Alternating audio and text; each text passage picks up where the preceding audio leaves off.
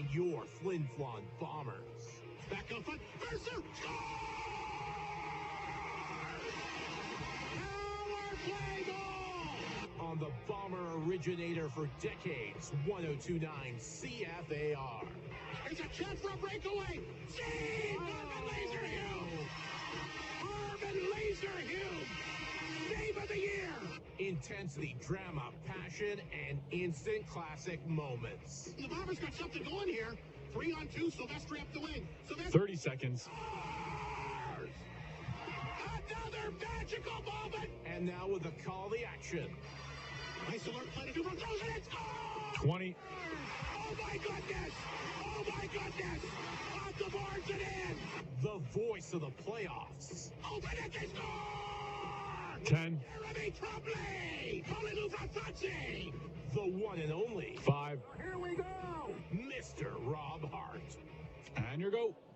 All right, thank you very much, and welcome to the Whitney Forum as we are set for what could be a very big night here at the one and only Whitney Forum. The Flin Flon Bombers, a very hard-fought 1-0 victory in Game 3 last night, have done it, taken a solidified 3-0 lead against a very deep, very good Humboldt Bronco club. No question about it, the goaltenders were the big stories last night.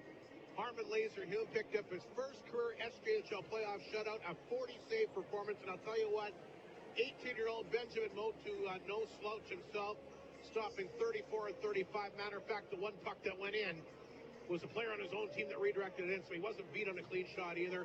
We're expecting another big one here tonight. We brought the big gun from the studio, Raphael Saray, best dressed guy in the building again.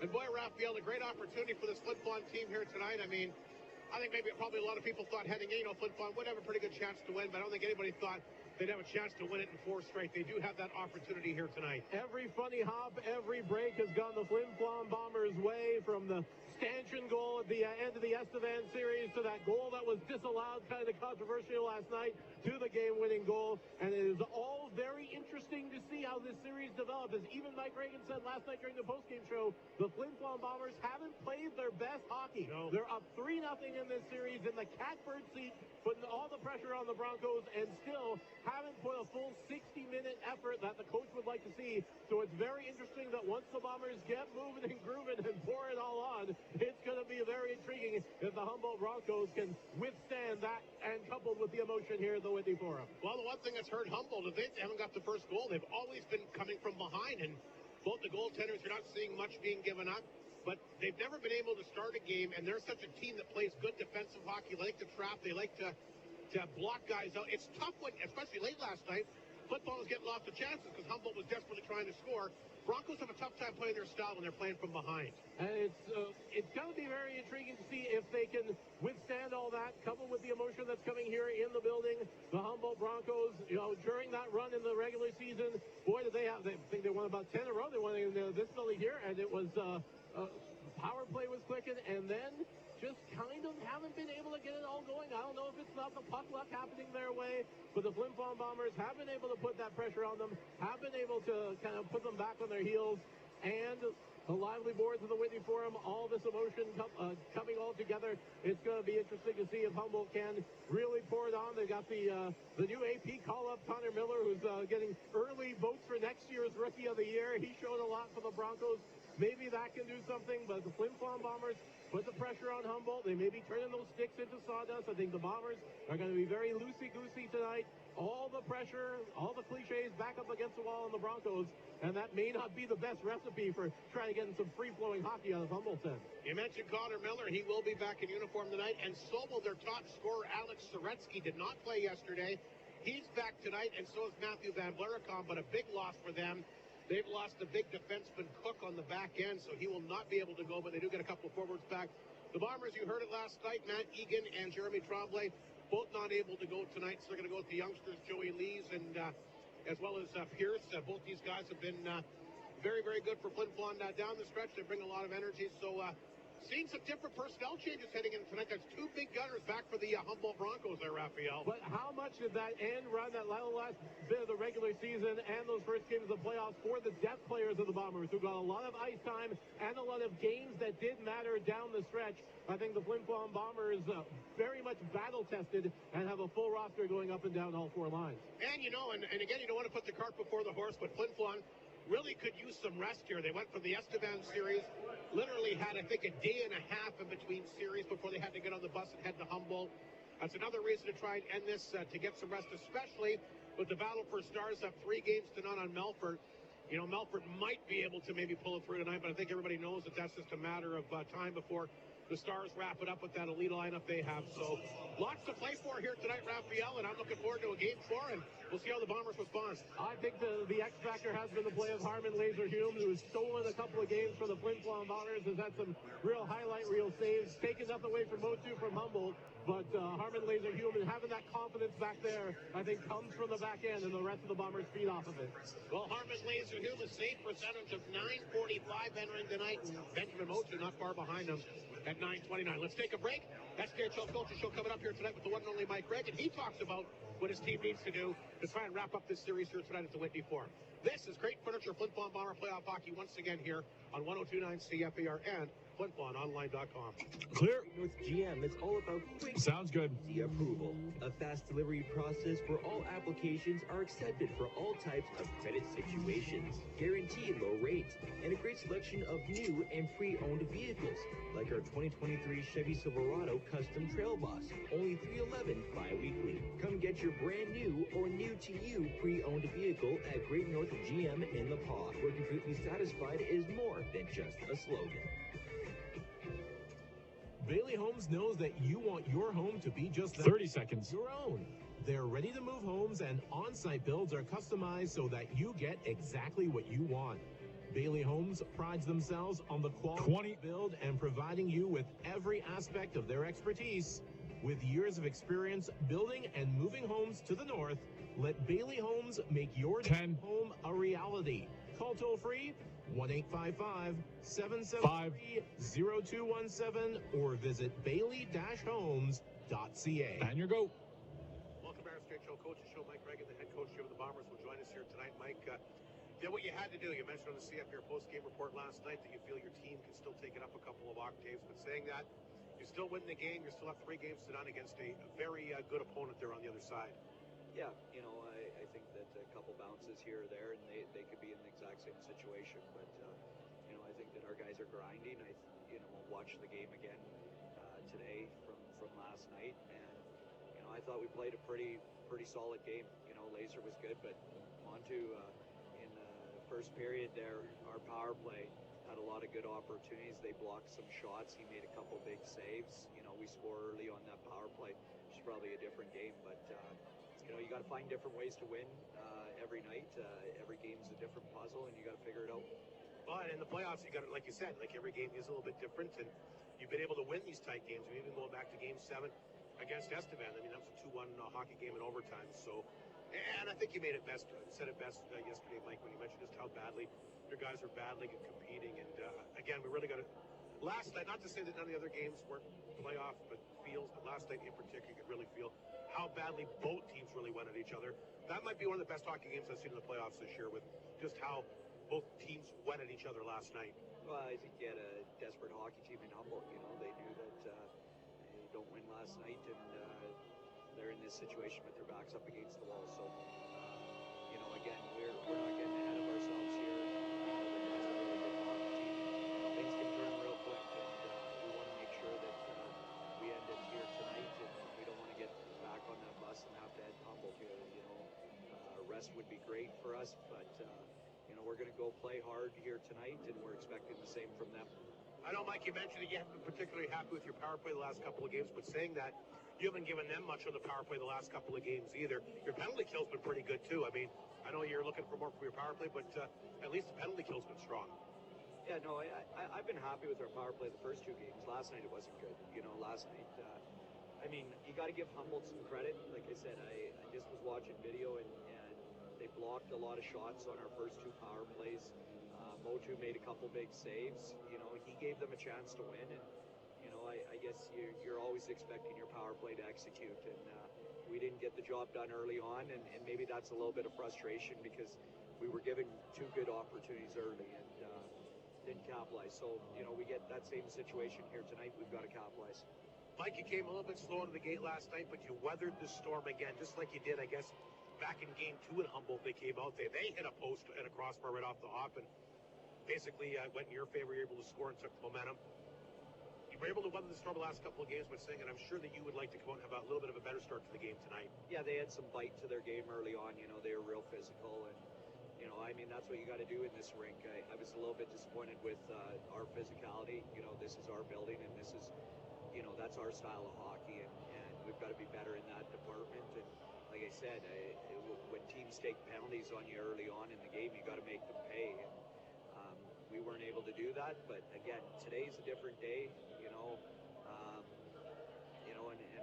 we'll just have to figure out this puzzle. And I think that our guys are up for the challenge. They're hungry. You know, they've proven that they want to win. You know, and we're 1 game away from going back to the league finals. Yeah, and it's like I said, and things you're getting contributions from lots of different guys on different nights, and that's, you're not going to do it with 3 or 4 guys, Mike. It seems like you got the commitment from everybody in the locker room, which I know you had last year. Which you talked about character, you talked about heart. It seems like a lot of it's carried over to this year's team. I think it's just we've kind of found that mold, what we want to be, and you know, our staff is definitely, you know, we hold certain values real high, and character is one of them. And if you don't have character, you're not going to play for this organization. And, you know, I think that character and heart gets you a long ways. We want skilled guys with both of those things, and they're tough to find. You know, and you take a look at a couple of the guys we brought in, Von Sprecken, a lot of heart, a lot of character. You know, you look at Kaner, a lot of heart, a lot of character. You look at Mercer, a lot of heart, a lot of character. You look at Stips, a lot of heart, a lot of character. I can go down the list, and it's no secret that we want guys that you know, hold the same values that our community does. So, and I think that that's where we get the respect from our fans. And it's been a good couple years here, and we want to make sure that we get the job done here so we can go back to our 4th final in the last 7 years. Quickly, Mike, before we wrap it up, what lineup changes, if any, do you have for tonight? Yeah, we got Joey Lees and Ryland Pierce going into the lineup. Egan and Trombley will be out. So, you know, unfortunate for them, but Joey and Piercy have done a great job when they've been in the lineup. You certainly have. Mike Bengsmith, good luck in the big game 4 here at the Whitney Forum tonight. Thanks very much, Robert. Mike Reagan, the head coach of the Bombers, here on 102.9 CFER and FlinFlonOnline.com. Clear. May not feel like it just yet, but Sounds good. sprung at PharmaSave. New clothing items from the Kaplan Lily White collection allows you to be comfy as you dress to impress. Warm up 20 seconds. thumb with garden items so you're able to plan early. Plus, new electronic items and the M&M Express Food Market will excite and delight. 10. Knowledgeable pharmacists, helpful staff, visit when you need to or just to check 5. out all the new items. Your life, your store, your pharmacy. And your go.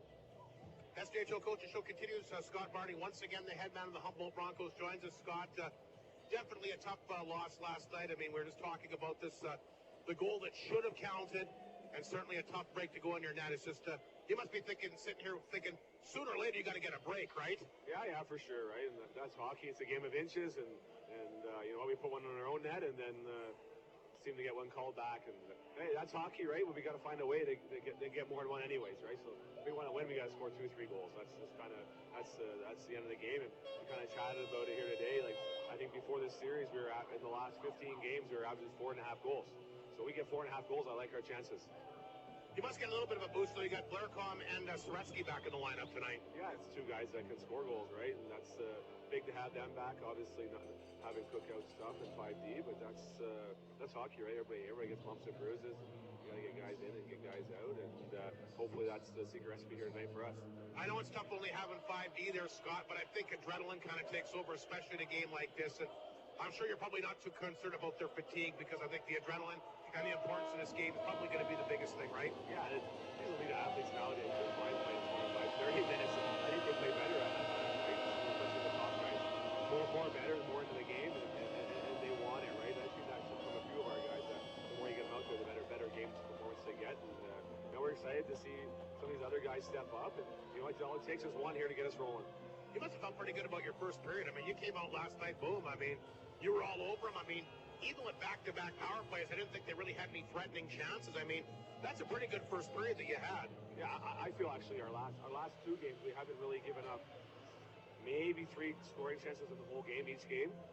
It's probably been, last game was probably our best 60 minutes of the season without scoring a goal again, right? So, hey, in hockey, you got to score goals. Unfortunately, right? And for us, we got to find a way to do it here tonight, or she's going to be on the wrong side here looking in.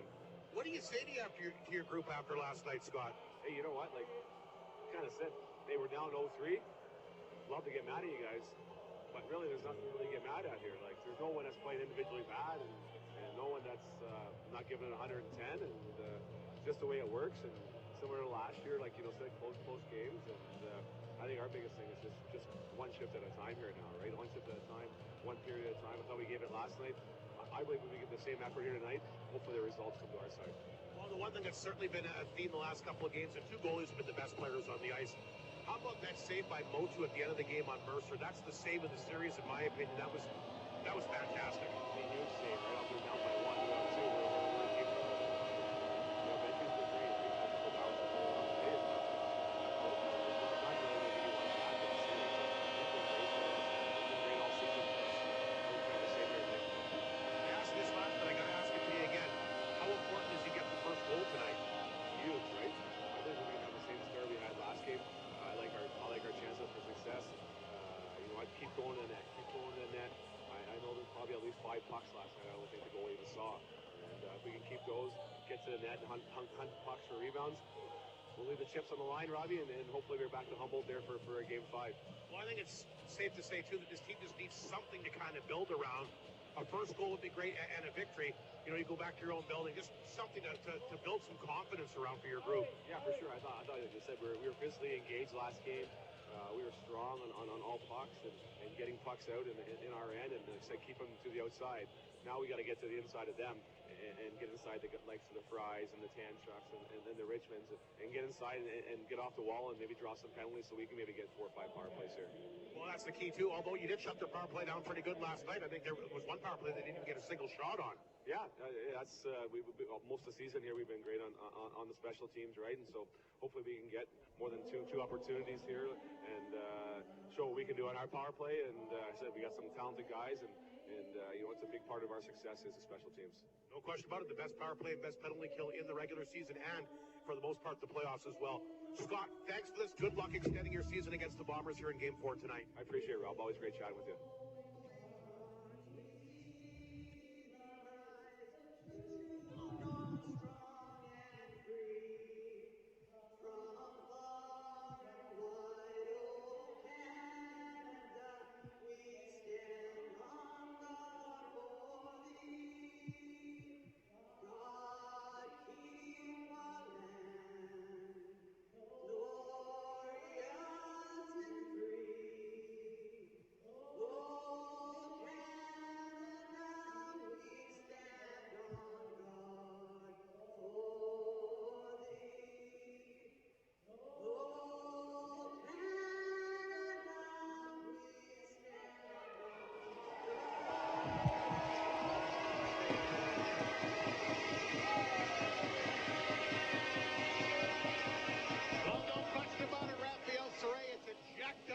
Again here tonight. There's a good vibe in the room. There's lots of energy. There's face paint. There's people banging their drums.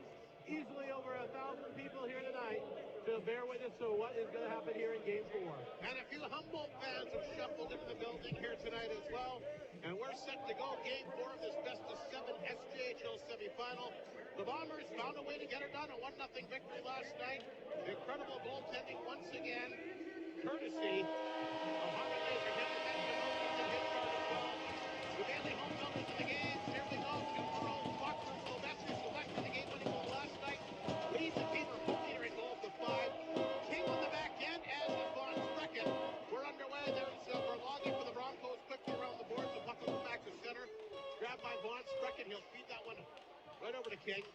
King back to center. Silvestri will chip it in and race for the puck. Berlagi goes after it with Dupro on his keister. Berlagi along the boards. Played it ahead. Kotelik will get a hold of it. He'll slap it down the ice. It'll be an icing goal. Or is it waved off? It is. Marford goes down hard back. And I give him credit when he beat the guy on the play. Pass taken by Silvestri at center. He found on that. Puck will make its way back inside the Broncos. Here's a shot for Marford down the wing. A quick chance. And what save made by Motu. And I'm expecting a real quick pace here tonight as we saw in the first 39 seconds here in the opening period. It'll be interesting to see if we see the physicality that the Humboldt Broncos brought in the early portion of last night's game, as Humboldt has been taking it to the Bombers. Bombers been very smart, though, not taking the bait, staying out of the penalty box. That's going to be a big factor as we roll along here. Kylan Olafson will take the face-off against Ceccarelli, wins it cleanly back to Noah Houle. Here's Tanzik, a chance. That didn't miss by much. As he was looking low glove side here on Motu. Mueller battling back of the net. They'll take it to the corner. Him and Lacombe tie up here. Miller couldn't knock it down for the Broncos. The puck will stay back of the Humboldt net. Liam Bridger dropped it there for Mueller. Back out front to Tanchuk. Here's quick chance. Motu stopped that. Puck back to the Bronco net. Scooped up here by Bridger. Back to the point again to Tanchuk. Once again through traffic. Mueller tied up in front. They don't like him standing in front of that net. Ooh. Around the boards, it's going to make its way to the left point. Tanchuk can hold it in. Broncos will get it, and they'll play it up. That's Kim out of his reach. Puck will roll inside the Flin Flon zone for an icing call.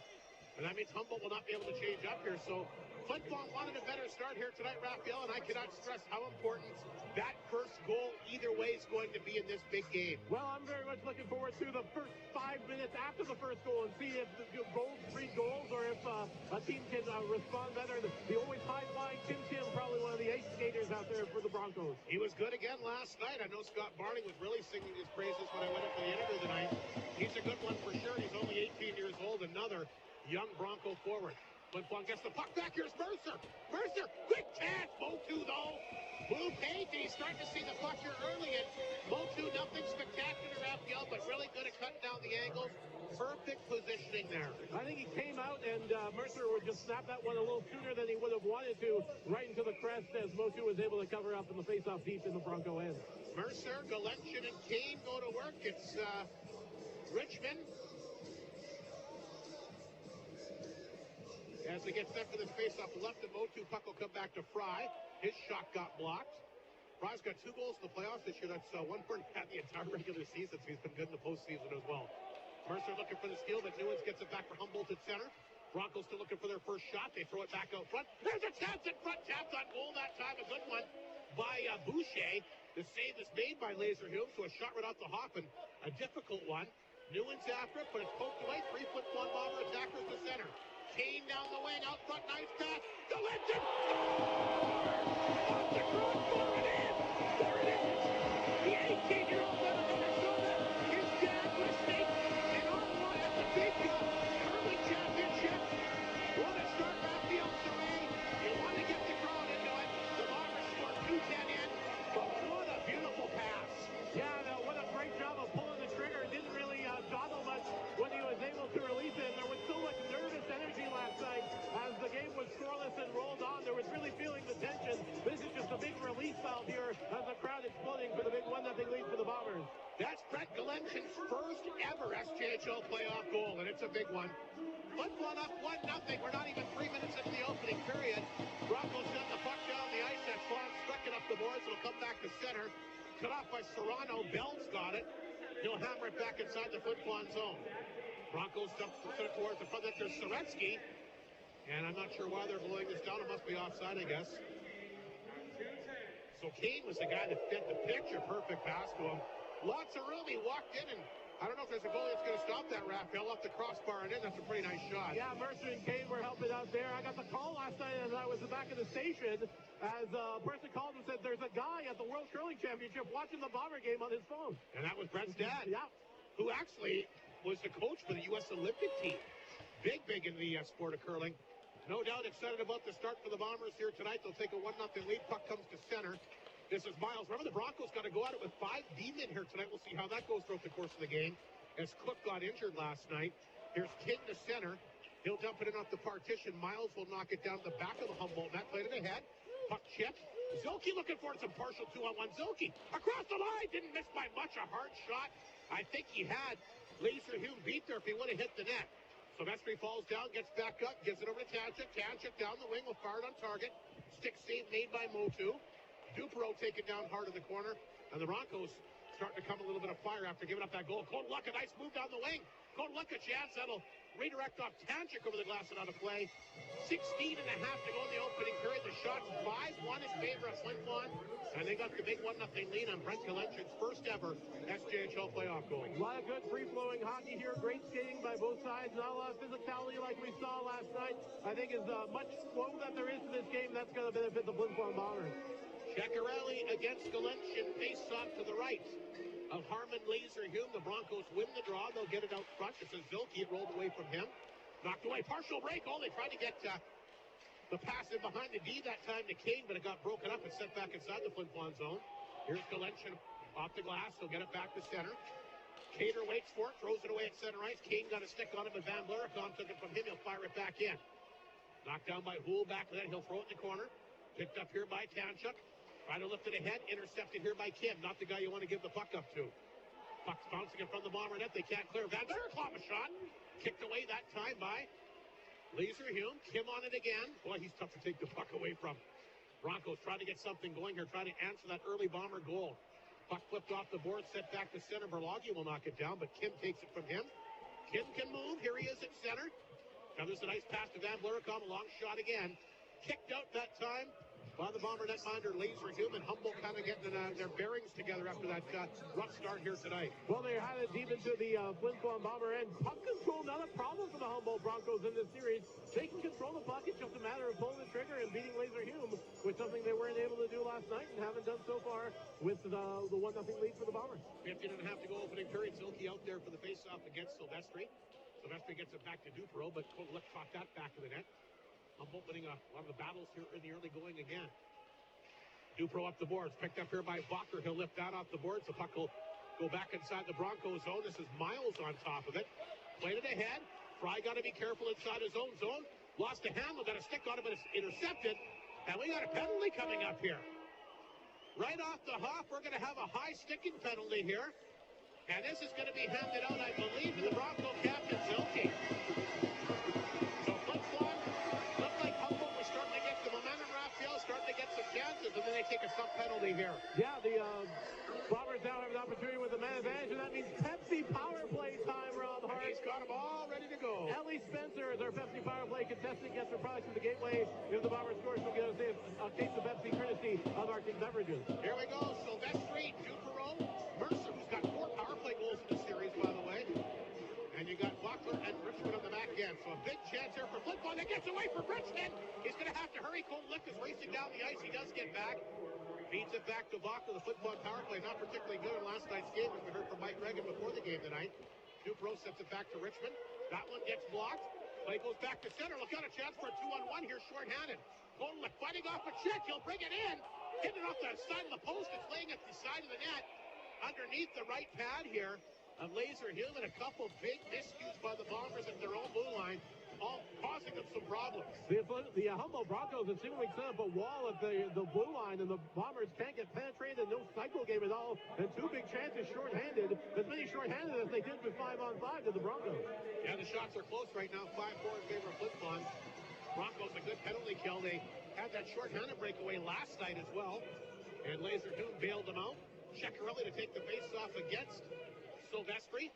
Broncos win the draw. They'll get it in deep before Richmond will get it back in his own net.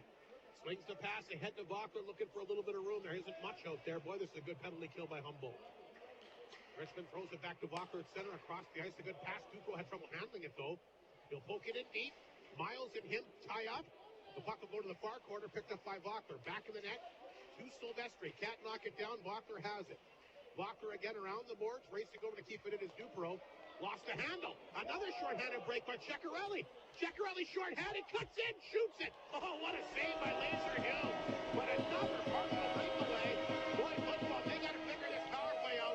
They're giving Humboldt way too many chances. Yeah, they just chipped it and chased it, and the Broncos are able to explode coming back the other way, and Harmon Laser Hume, as he has often, bails out the Bombers. You're kind of wondering who's actually got the extra tacker out there. The and so many odd man rushes.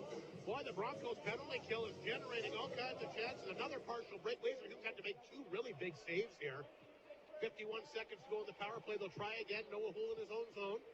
Here's Von Sprecken to center, hammered it in, took a wild hawk, laying at the back of the Bronco net. Picked up by Marburg. He'll get it down the ice. Houle got a piece of it. 37 seconds remaining in the power play. I don't think Flin Flon's had a chance in this PP, have they? They haven't shot on net Not a shot on net, no. Here's Houle. Back to King. Across the line. Feathered that one in deep. Nobody there again. Intercepted by Serraro.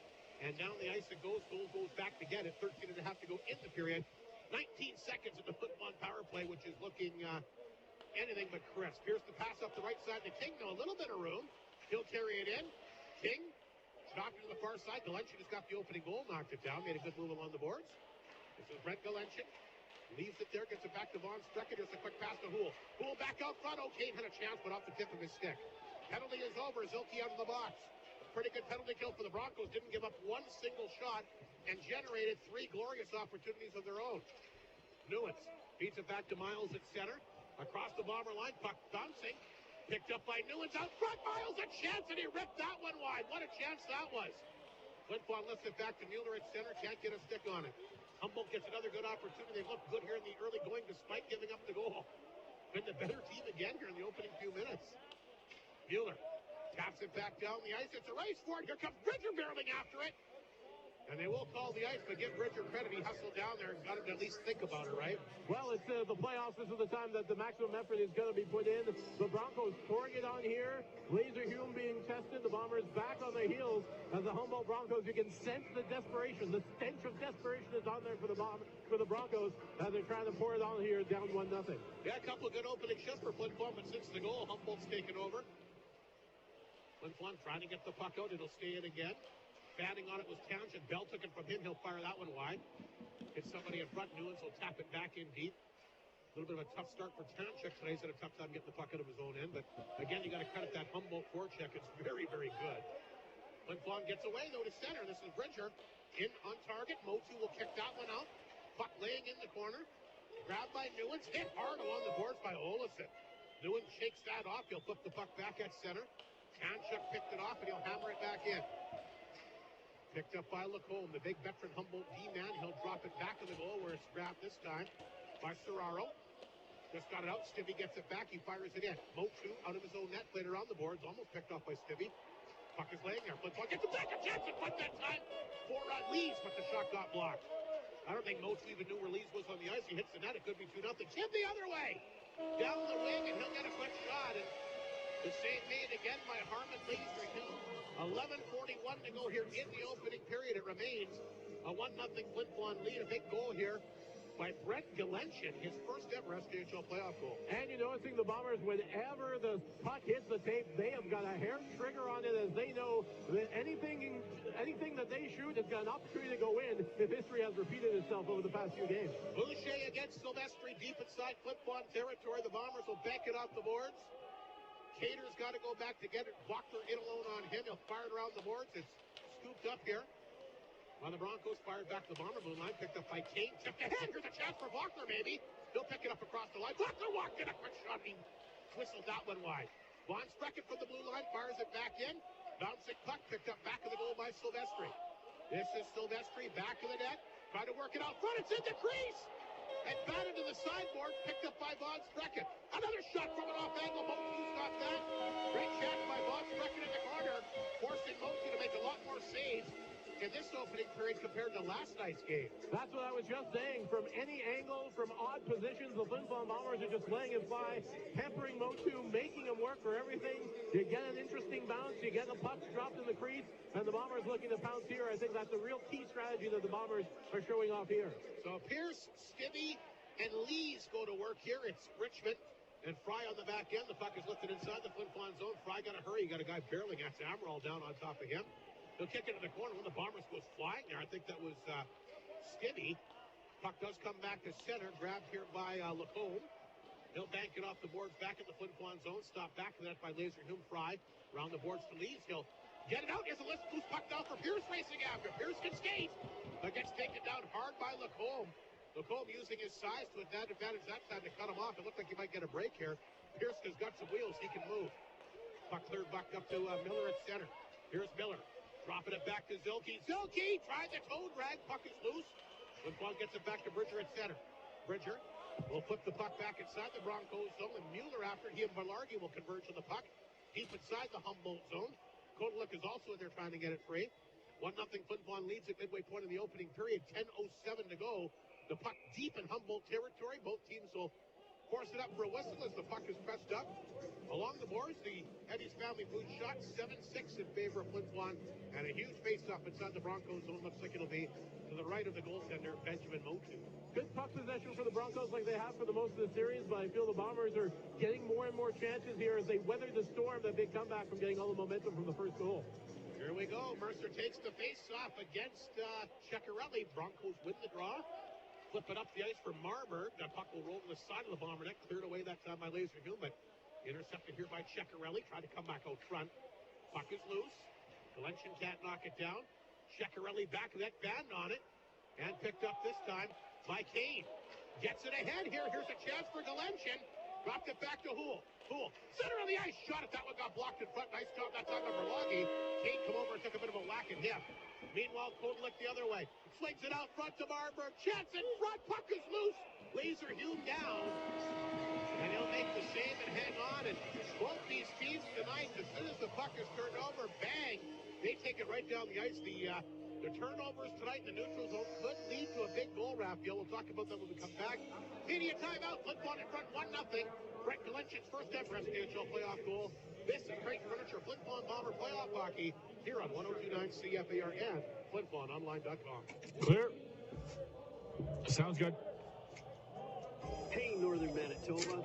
University College of the North is cheering for our Northern hockey teams, the Flin Flon Bombers. We know that this is a big deal, and we want to wish the best in the playoffs. A healthy sports tradition and education go hand in hand. At UCN, we believe that here you can win.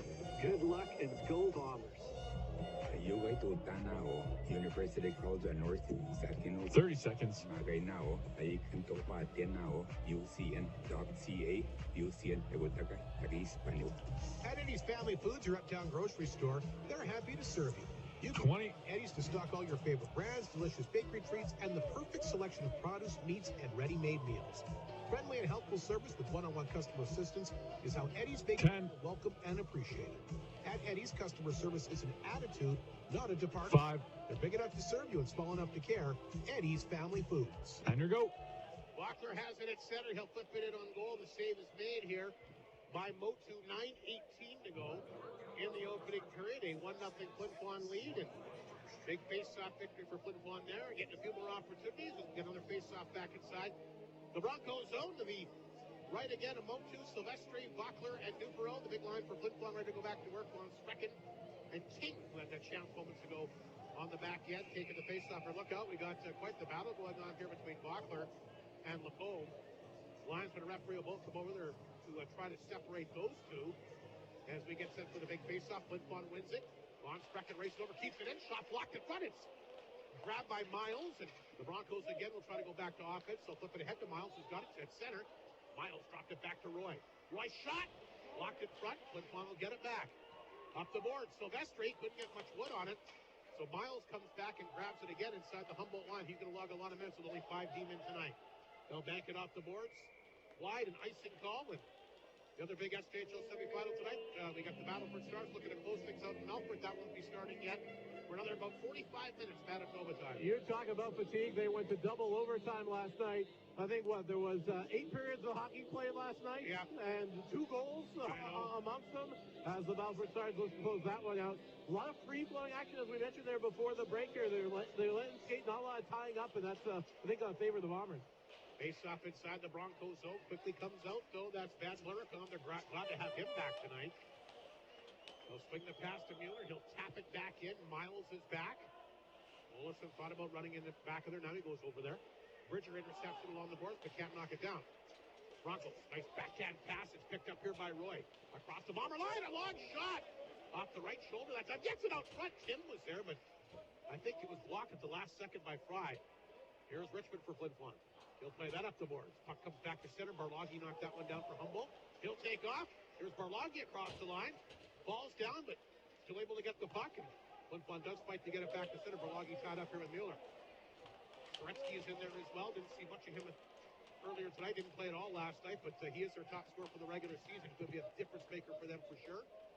He ties up right in front of the Humboldt bench, and finally, they'll blow it down with 7:56 to go in the opening period. 8-7 the shots in favor of Flin Flon, and still leading it 1-0 on a real early goal tonight. I'll give full credit to the Humboldt Broncos, down 3-0.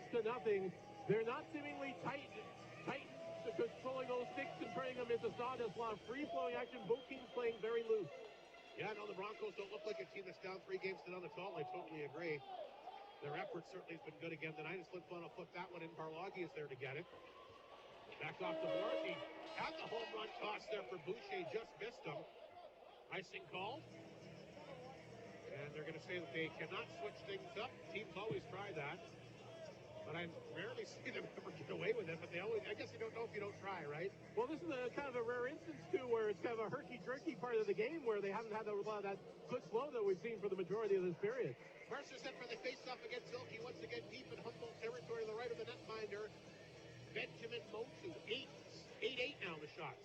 Flin Flon wins the face-off. Richmond through traffic. Motu, no problem. He'll stop that and hang on. And he's typical of any goaltender, I guess. If he sees it, he's going to stop it. Boy, Joey Lees had that great chance, and I don't think he had any idea where he was on the ice. If he hits the net there, I think it might be 2-0. I think the Flin Flon Bombers have done a little better job than the Broncos in this period of putting traffic in front. Well, they're trying to do that. They win another face-off. Right back to the right point to Fry. His long shot. Motu's there. No rebound, and it's a good thing because both Mercer and Kane circling out front, hoping he maybe bobbles one. Yeah, he makes an error on that one. It bounces off of his wrist. Mercer was right there to pull the trigger on it, and that's what I mean. The swarming of the Bombers on that blue paint every time something gets fired.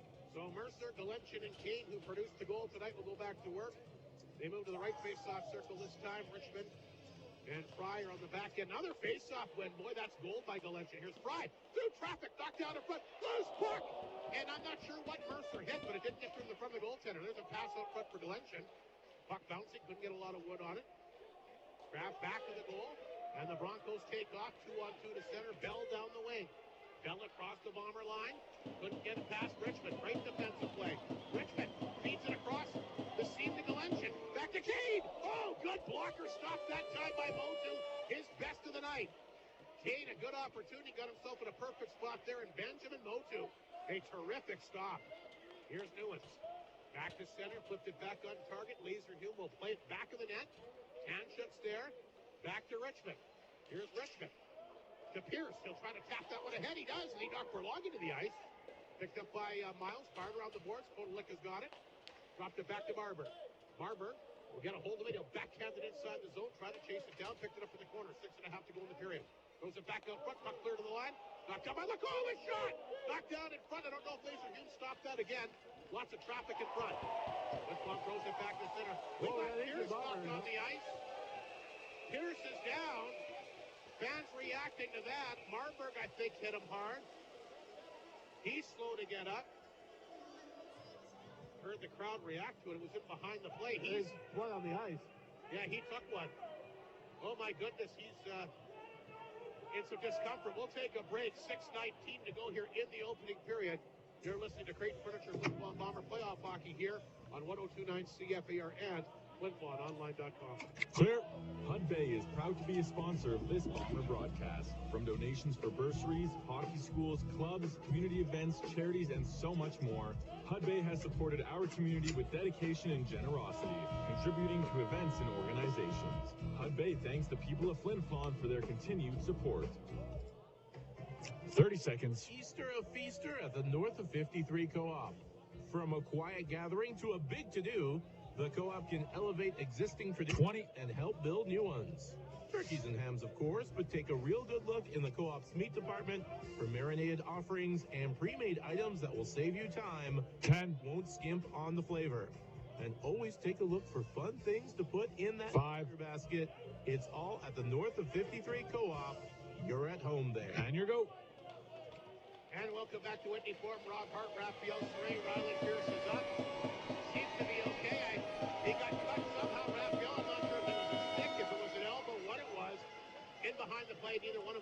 but the good news is he skated off to the bench, and hopefully he'll be able to return.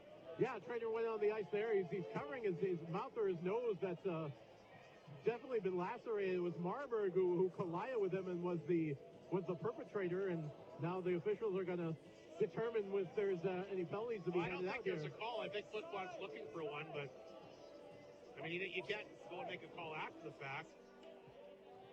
I'm not sure what happened. Wish you could have seen it. Anyway, the good news is he's up, and hopefully he'll be back out there. He's a terrific young player, and I know that they're excited to have him back in the lineup here tonight. So 6:19 to go in the opening period. The face-off outside the Bomber boom line between Bachler and Ceccarelli. Bachler, Dupereau, Silvestri for Flin Flon, the big unit. It's Poole, who's got the puck right now, feeds the pass over to Township. Back up to center. Dupereau trying to get a stick on it. Lacombe got a hold of that. Lost the handle. Flin Flon will tap it right back in. Ceccarelli goes back to get it. Flin Flon was offside, so they get outside the zone. Here comes Ceccarelli to center. Ran out of room, taken away that time by Bachler. Lacombe, not sure where it was. Now he goes back to get it. Intercepted here by Dupereau. Here's Dupereau, his quick chance, and kicked away. Motu, no problem handling that one. Puck set off the boards. Flin Flon holds it in, but now 3 Broncos get it away to center, led by Marburg. Marburg down the wing, threw it back out to Ceccarelli. Couldn't pick up the pass cleanly. Noah Hull for Flin Flon. Back of the goal for Tanchuk. Trying to come back out to Silvestri. Miles knocked that one down. He'll fire it back in, but Hull able to grab it in front of the Bomber goal. Here's Noah Hull. Up the board. Silvestri with some speed. Can he get to the outside? Trying to. By himself. The rest of the line was changing. He's knocked down. Roy will pick it up off the boards. Intercepted here by Bridger. He'll hold it in. Olofsson after it. Silvestri took a bit of a whack. He's not too happy as he makes his way back to the Bomber bench. Meanwhile, Roy gets it back to Marburg. Back in tight this time for Miller. Miller back of the net. Round there by the Bombers. Puck is laying in front of the net. Bridger tried to come back to get it. Puck skipped away. Grabbed here by Mueller. He'll poke it in. He's got Olofsson in front of that net. Olofsson had that big power play game winner for them back in game number 2. Von Sprecken. Nice job to hold the line. Shoots it. It hits the stick and just goes wide. The puck will come out. Picked up here by Miller at center. Miller dropped it back to Van Blarikov. To the top of the left circle. A shot redirects it again. It goes wide. 4.5 minutes to go opening period. Great pace again, Raphael. And boy, these teams going at each other hard. And Humboldt definitely picking up their physical play. Yeah, things are colliding a little more, and it's going to be interesting to see how this game rolls along. Is that when it was free-flowing and not a lot of physicality, the Bombers were able to have the upper hand. Interesting seeing Motu making big saves, but big rebounds as well. That's going to be a story to follow for the rest of the game. Face off back inside the Flin Flon zone. Von Sprecken feeds that back to Mercer. There's a stretch pass. They're trying to hit Dupereau, but picked off by Berlagi. Berlagi at center. Lost the handle. Grabbed here by Galenchin. Remember, he's got the opening goal. Battling with Berlagi. Berlagi will shake him off. Boy, this guy's determined. They'll throw the puck back inside the Flin Flon zone. We got a penalty coming up, I think, against Flin Flon tonight. Going to be a holding call. And Galenchin definitely grabbed the hole. Or are they going to go with Von Sprecken here? I think Galenchin was the guy that grabbed him. But a Humboldt Bronco power play, Raphael. They've been waiting for one of these. Yeah, it'll be interesting to see if they can get something going more than the Bombers have. He's the guy that grabbed him. Yeah, always with the who me and then going off to the... I like it how guys always try that, too. I like how he tried to scoot off back to the bench. Yeah. As the Flin Flon Bombers penalty kill is going to be showing here. Boy, if they can match the intensity of the Humboldt Broncos penalty kill, that'll be a sight to see. So Humboldt a chance to tie the game. 4:12 to go. That lethal power play goes back to work. At the blue line, this is Tater. Just holds it in. Throws it in deep at the corner for Zilke. He and Fry have quite the battle going on. Fry down, the puck is underneath. Look out, Zilke really giving it to him. Oh, there is intensity in that corner. Richmond comes over and grabs a hold of him. He didn't like the fact he took a couple of free shots at Fry when he was down on the ice. But a face-off coming up back inside the Flin Flon zone. 1:48 remaining in the Humboldt power play, which, by the way, entering play tonight. Ranked number 1 again in the SJHL. They've got 11 goals on 34 opportunities in the playoffs, including 2 power play goals in this series, both scored by Tage Newlands. And he's out there. Bombers have done a good job of staying on the box, playing smart, but calls do tend to manufacture themselves. 4:01 remaining in the period. A big power play again for Humboldt, like you mentioned. Trying to get back in this game. They're down a goal, an early one by Brent Galenchin, 5-on-5. Zilke Along the boards, this is Newens. Like we said, the guy's got some ability on the PP, has it. Thinking about shooting it, he'll hang on to it for a little while longer. Dropped it back to Cater, inside the line. Throws it in deep back in the net here for Zilke, trying to come back out front. Where's the puck? Oh, it bounced out front. That took a real funny hop. Grabbed here by Kim.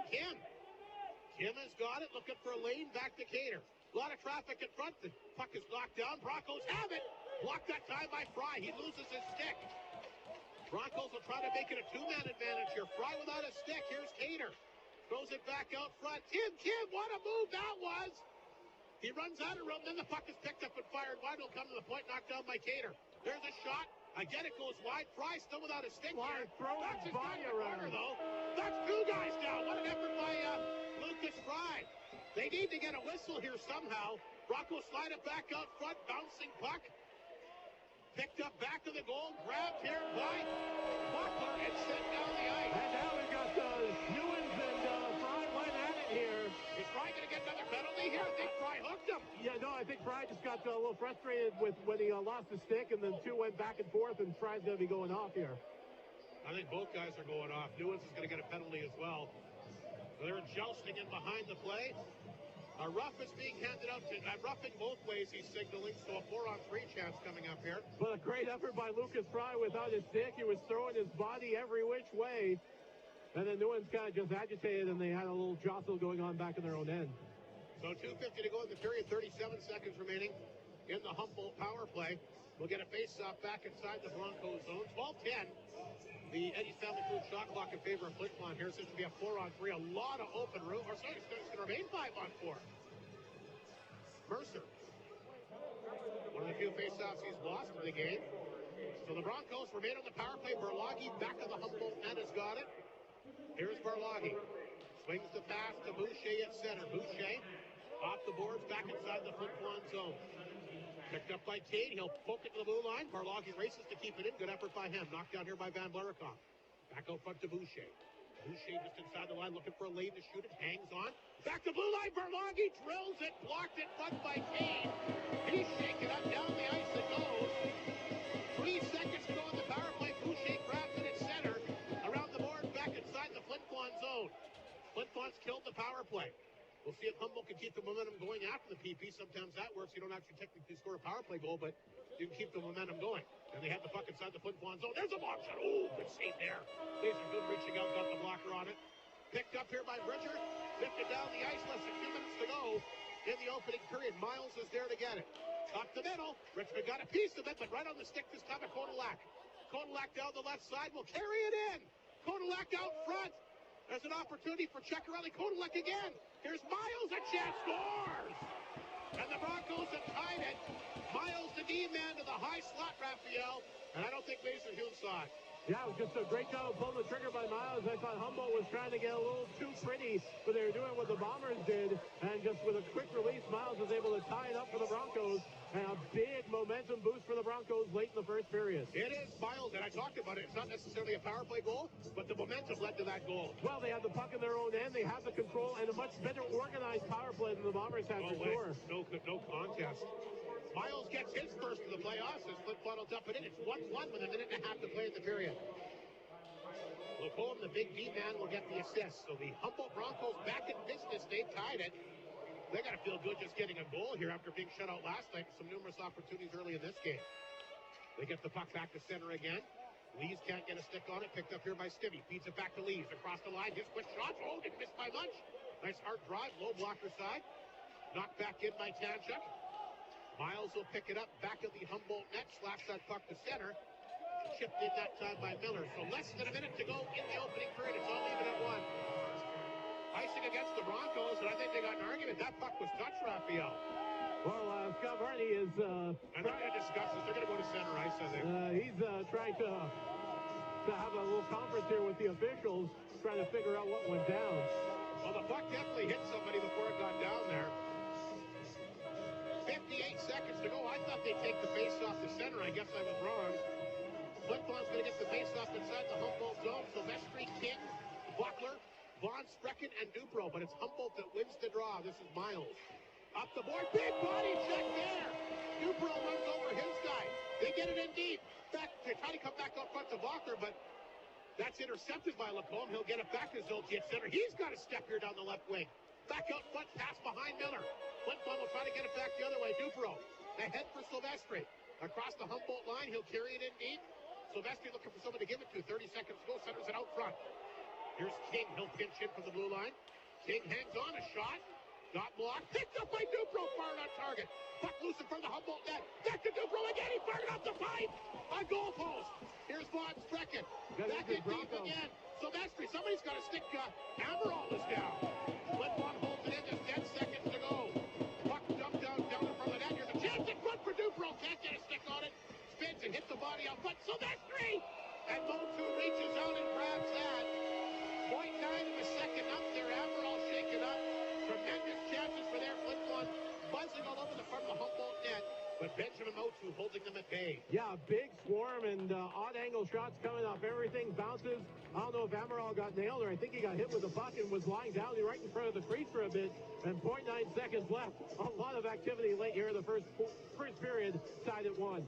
Yes, Miles, a big goal. His first in the playoffs has tied it. Face off inside the Humboldt zone. The Broncos win the draw.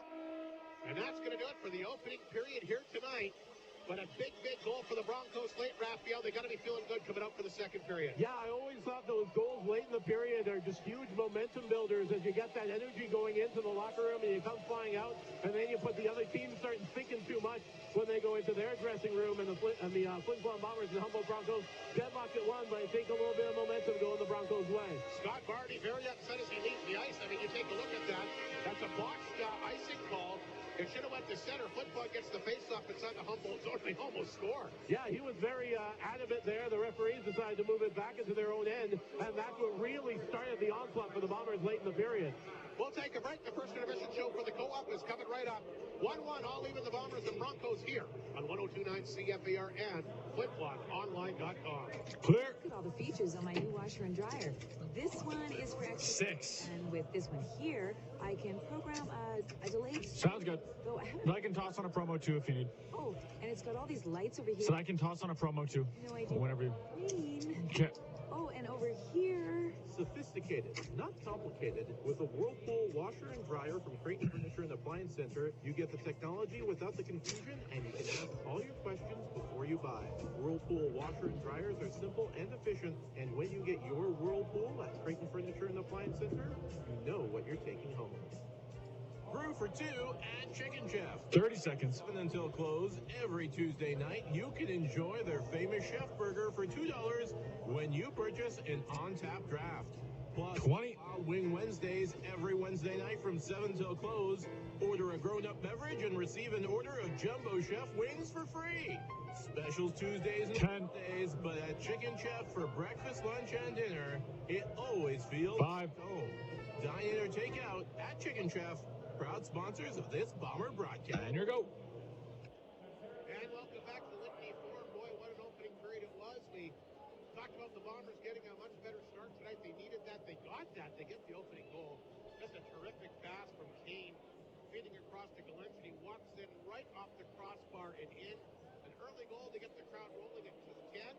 We thought that they might build off that, but Humboldt really came after that opening goal, Raphael, and kind of woke them up maybe. I don't know. Yeah, I thought that the energy coming from the building would help out the Flin Flon Bombers, but a lot of the odd man rushes. I think it was that failed power play for the Bombers where the Humboldt Broncos got a lot of momentum and a lot of their confidence, a lot of things going the other way, and it just kind of built. When they got the power play, they were able to set up, be a little more organized, a lot of free-flowing action, and then when things slowed down a bit, got a lot more calls, got a lot more stoppages in play. That's when Humboldt was able to quiet down the crowd, settle in, do what they had to do, and that's how they were able to tie it up. Miles gets the goal late. It comes just after a power play. They're buzzing all over the Flin Flon zone. Now Lacombe got it in deep. They picked it up. They fired it right back out front. Miles scores his first in the playoffs at 18-23. No question about it. A big goal heading into the locker room tonight. Shots favored Flin Flon 15-12, and both teams 0 for 1 on the power play in this game. So they're getting goals from guys that haven't scored so far in the playoffs. So guys stepping up for both clubs here tonight. By the way, these two teams are tied up after 1 so far in the opening period.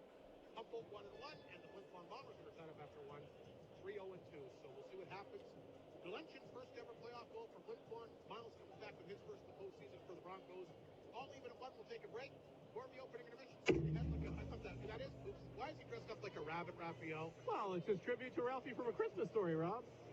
I was looking who it's poopsy. Yeah. Anything. Don't put his eye out. Anyway, we'll take a break. The first intermission shows straight ahead again for the co-op, including, that threw me off for a second. They got one in your size, Rob, if you need. No chance. I don't care what you pay me. Great pizza player profile coming up. We'll chat with Brock Mueller next here on 102.9 CFAR at FlinFlonOnline.com. Clear. Wicked. Bubbly sparkling water. Sounds good. It has the fizz that gives the zest. With lots of flavors, there's no contest, cause you know bubbly. What are you doing? Just rapping about bubbly sparkling water to tell people how good it is. Is that really necessary? Well, you know, I wanted to, Why don't you just tell them that bubbly sparkling water has 15 different flavors, no sugar, no calories, and it gives you that refreshing and delicious taste you crave? I think that's a better idea. Arctic Beverages, proud supplier of bubbly sparkling water. Crack a smile. 30 seconds. The feeling you get, and it comes from Creighton's Pizza. There's one slice left, one chicken wing, just enough salad to fill your plate. 20. With friends, family, you can evenly divide it up and share. But it's Creighton's Pizza, so you're gonna take it all for yourself. 10. Claw, no holds barred. 688-2080, Creighton's 5. Fight for the last slice.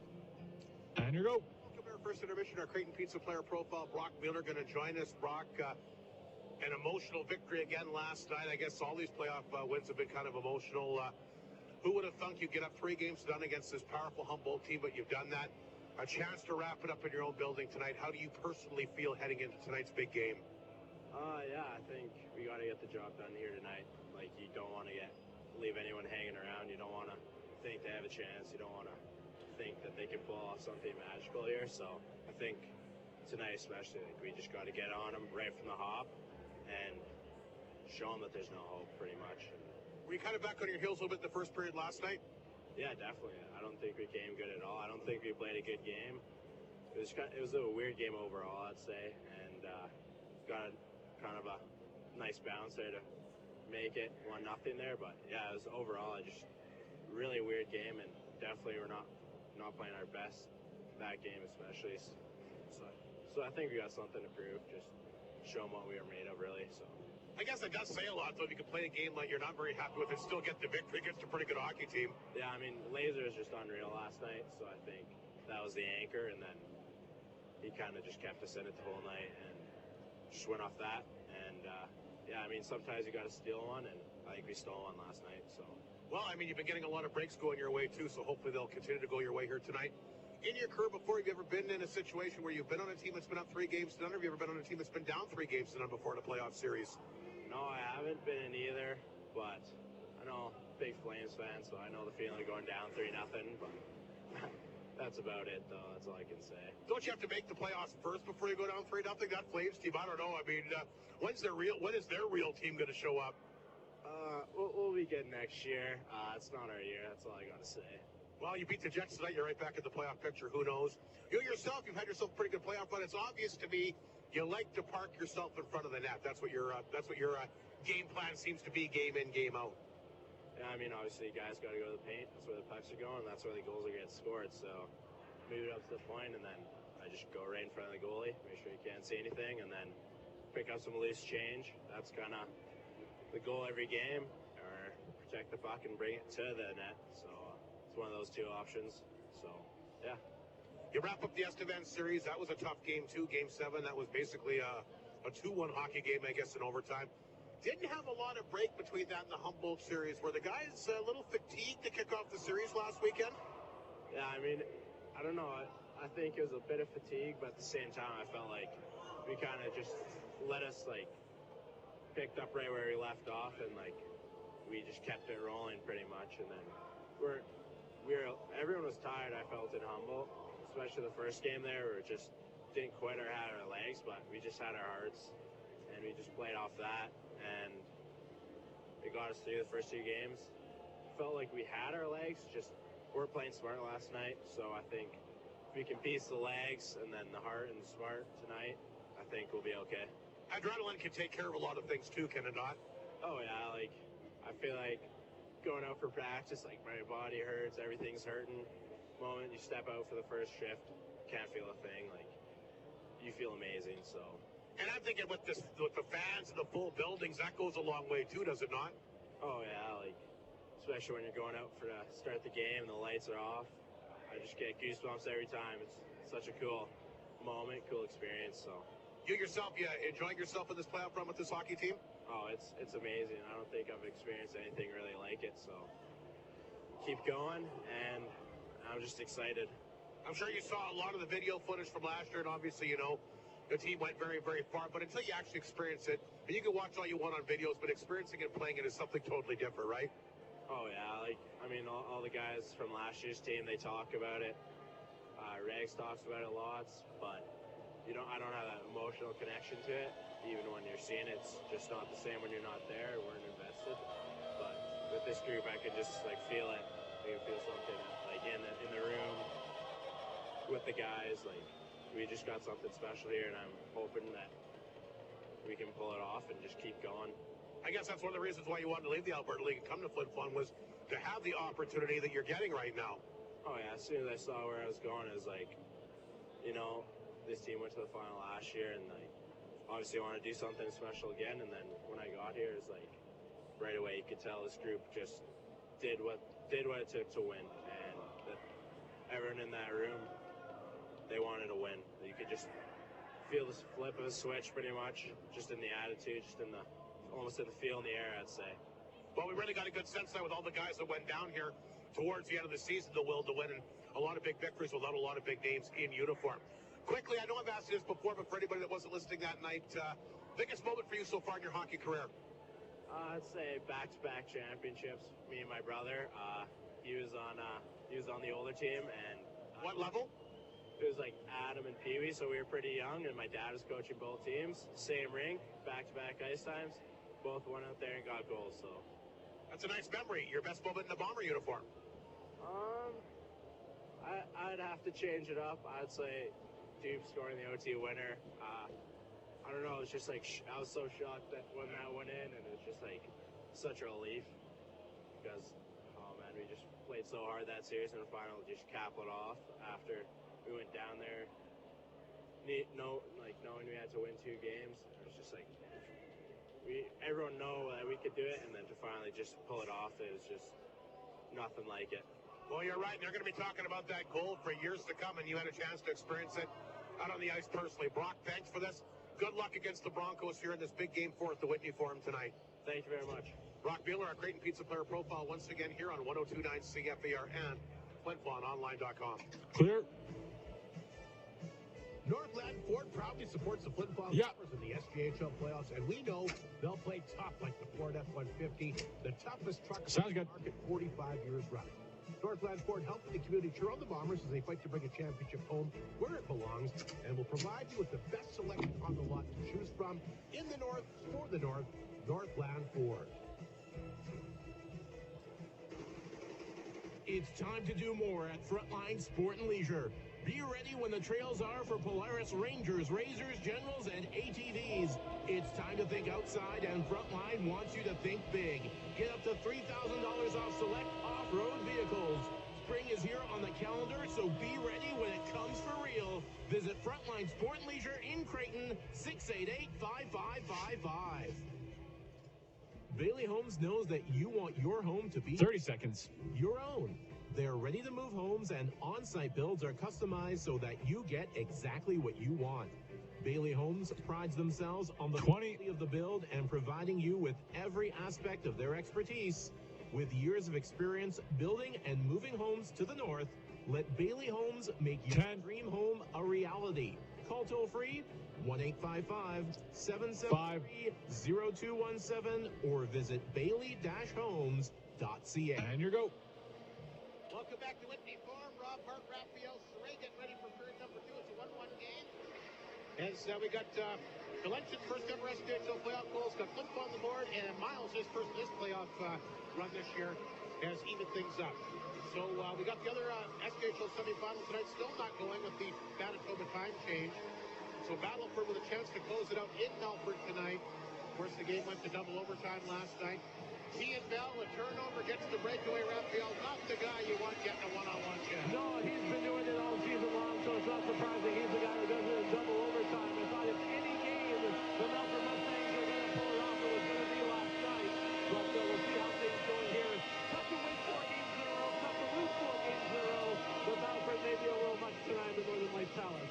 Yeah, Melbourne gave it a goal last night. They had 3 power plays in overtime, but just couldn't get a puck past Josh Gauthier, the SPHL goaltender of the year. And my understanding was both him and Favreau last night, both lights out, very similar to what we saw here last night between Laserhume and Motu. Both have been good again tonight in the opening period. Yeah, and with the amount of scoring and the amount of skill going on in the league, the fact that there were only 2 goals scored last night over 8 periods of work is a true testament to the goaltending here in the SPHL. Frontline Sports Leisure Town scoreboard. The World Hockey Championships are happening.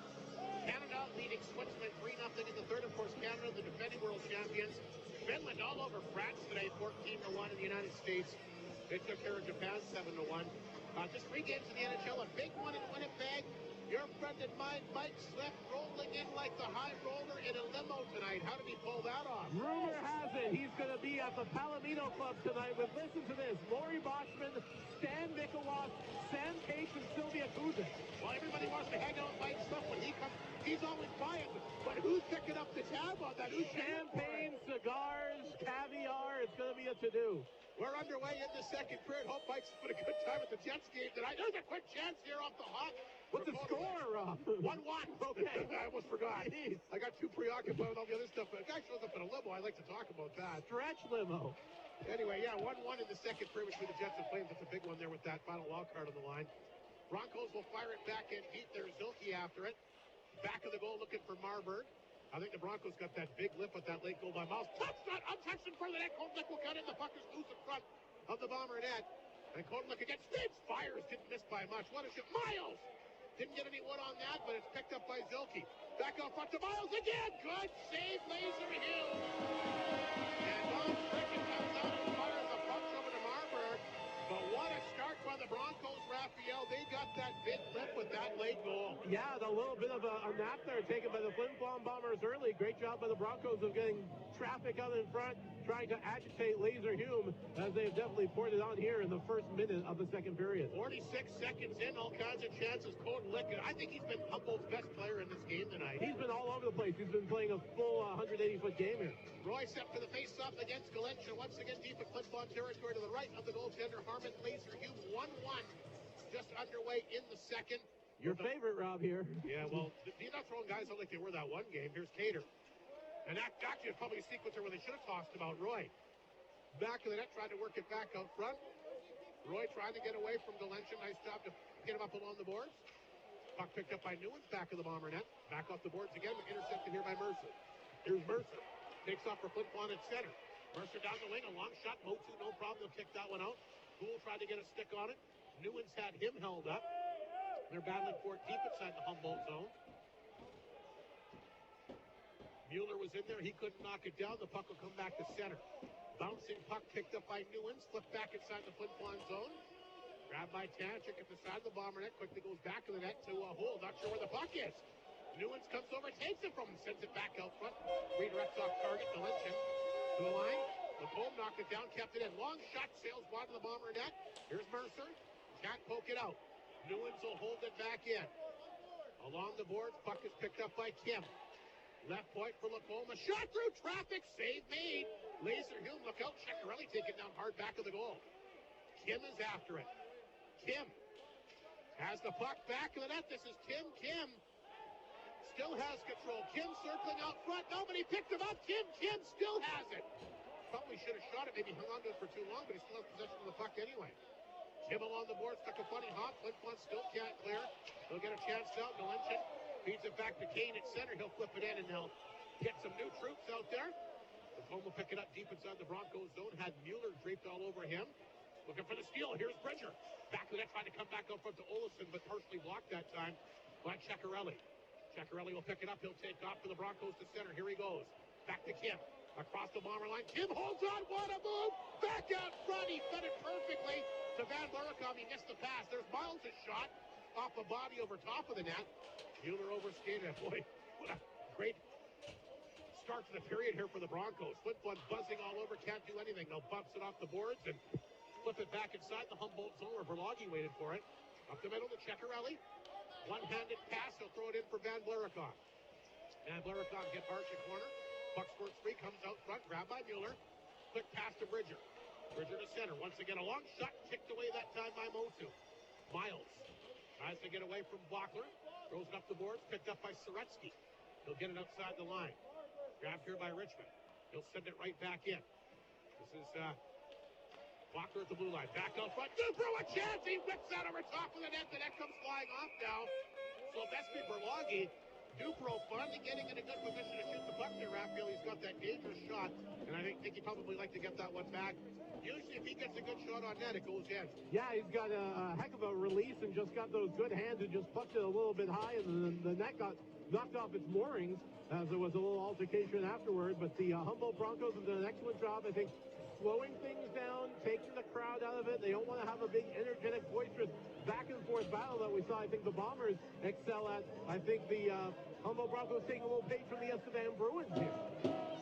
Face-off outside the Humboldt zone. Zilke and Bachler. It's a 1-1 game, 16 and a half to go in the second period. Football's best chance. The guy they want shooting the puck in tight, Dubrow, but he missed the target. This is Zilke for the Broncos at center. He'll take off. The Humboldt captain in over the Bomber line. Lots of speed as he brings it in. Throws it out front, picked off by Silvestri. Silvestri up the boards. This is Dubrow again down the wing. A quick chance, and Motu no problem with that. He'll kick it out a long shot.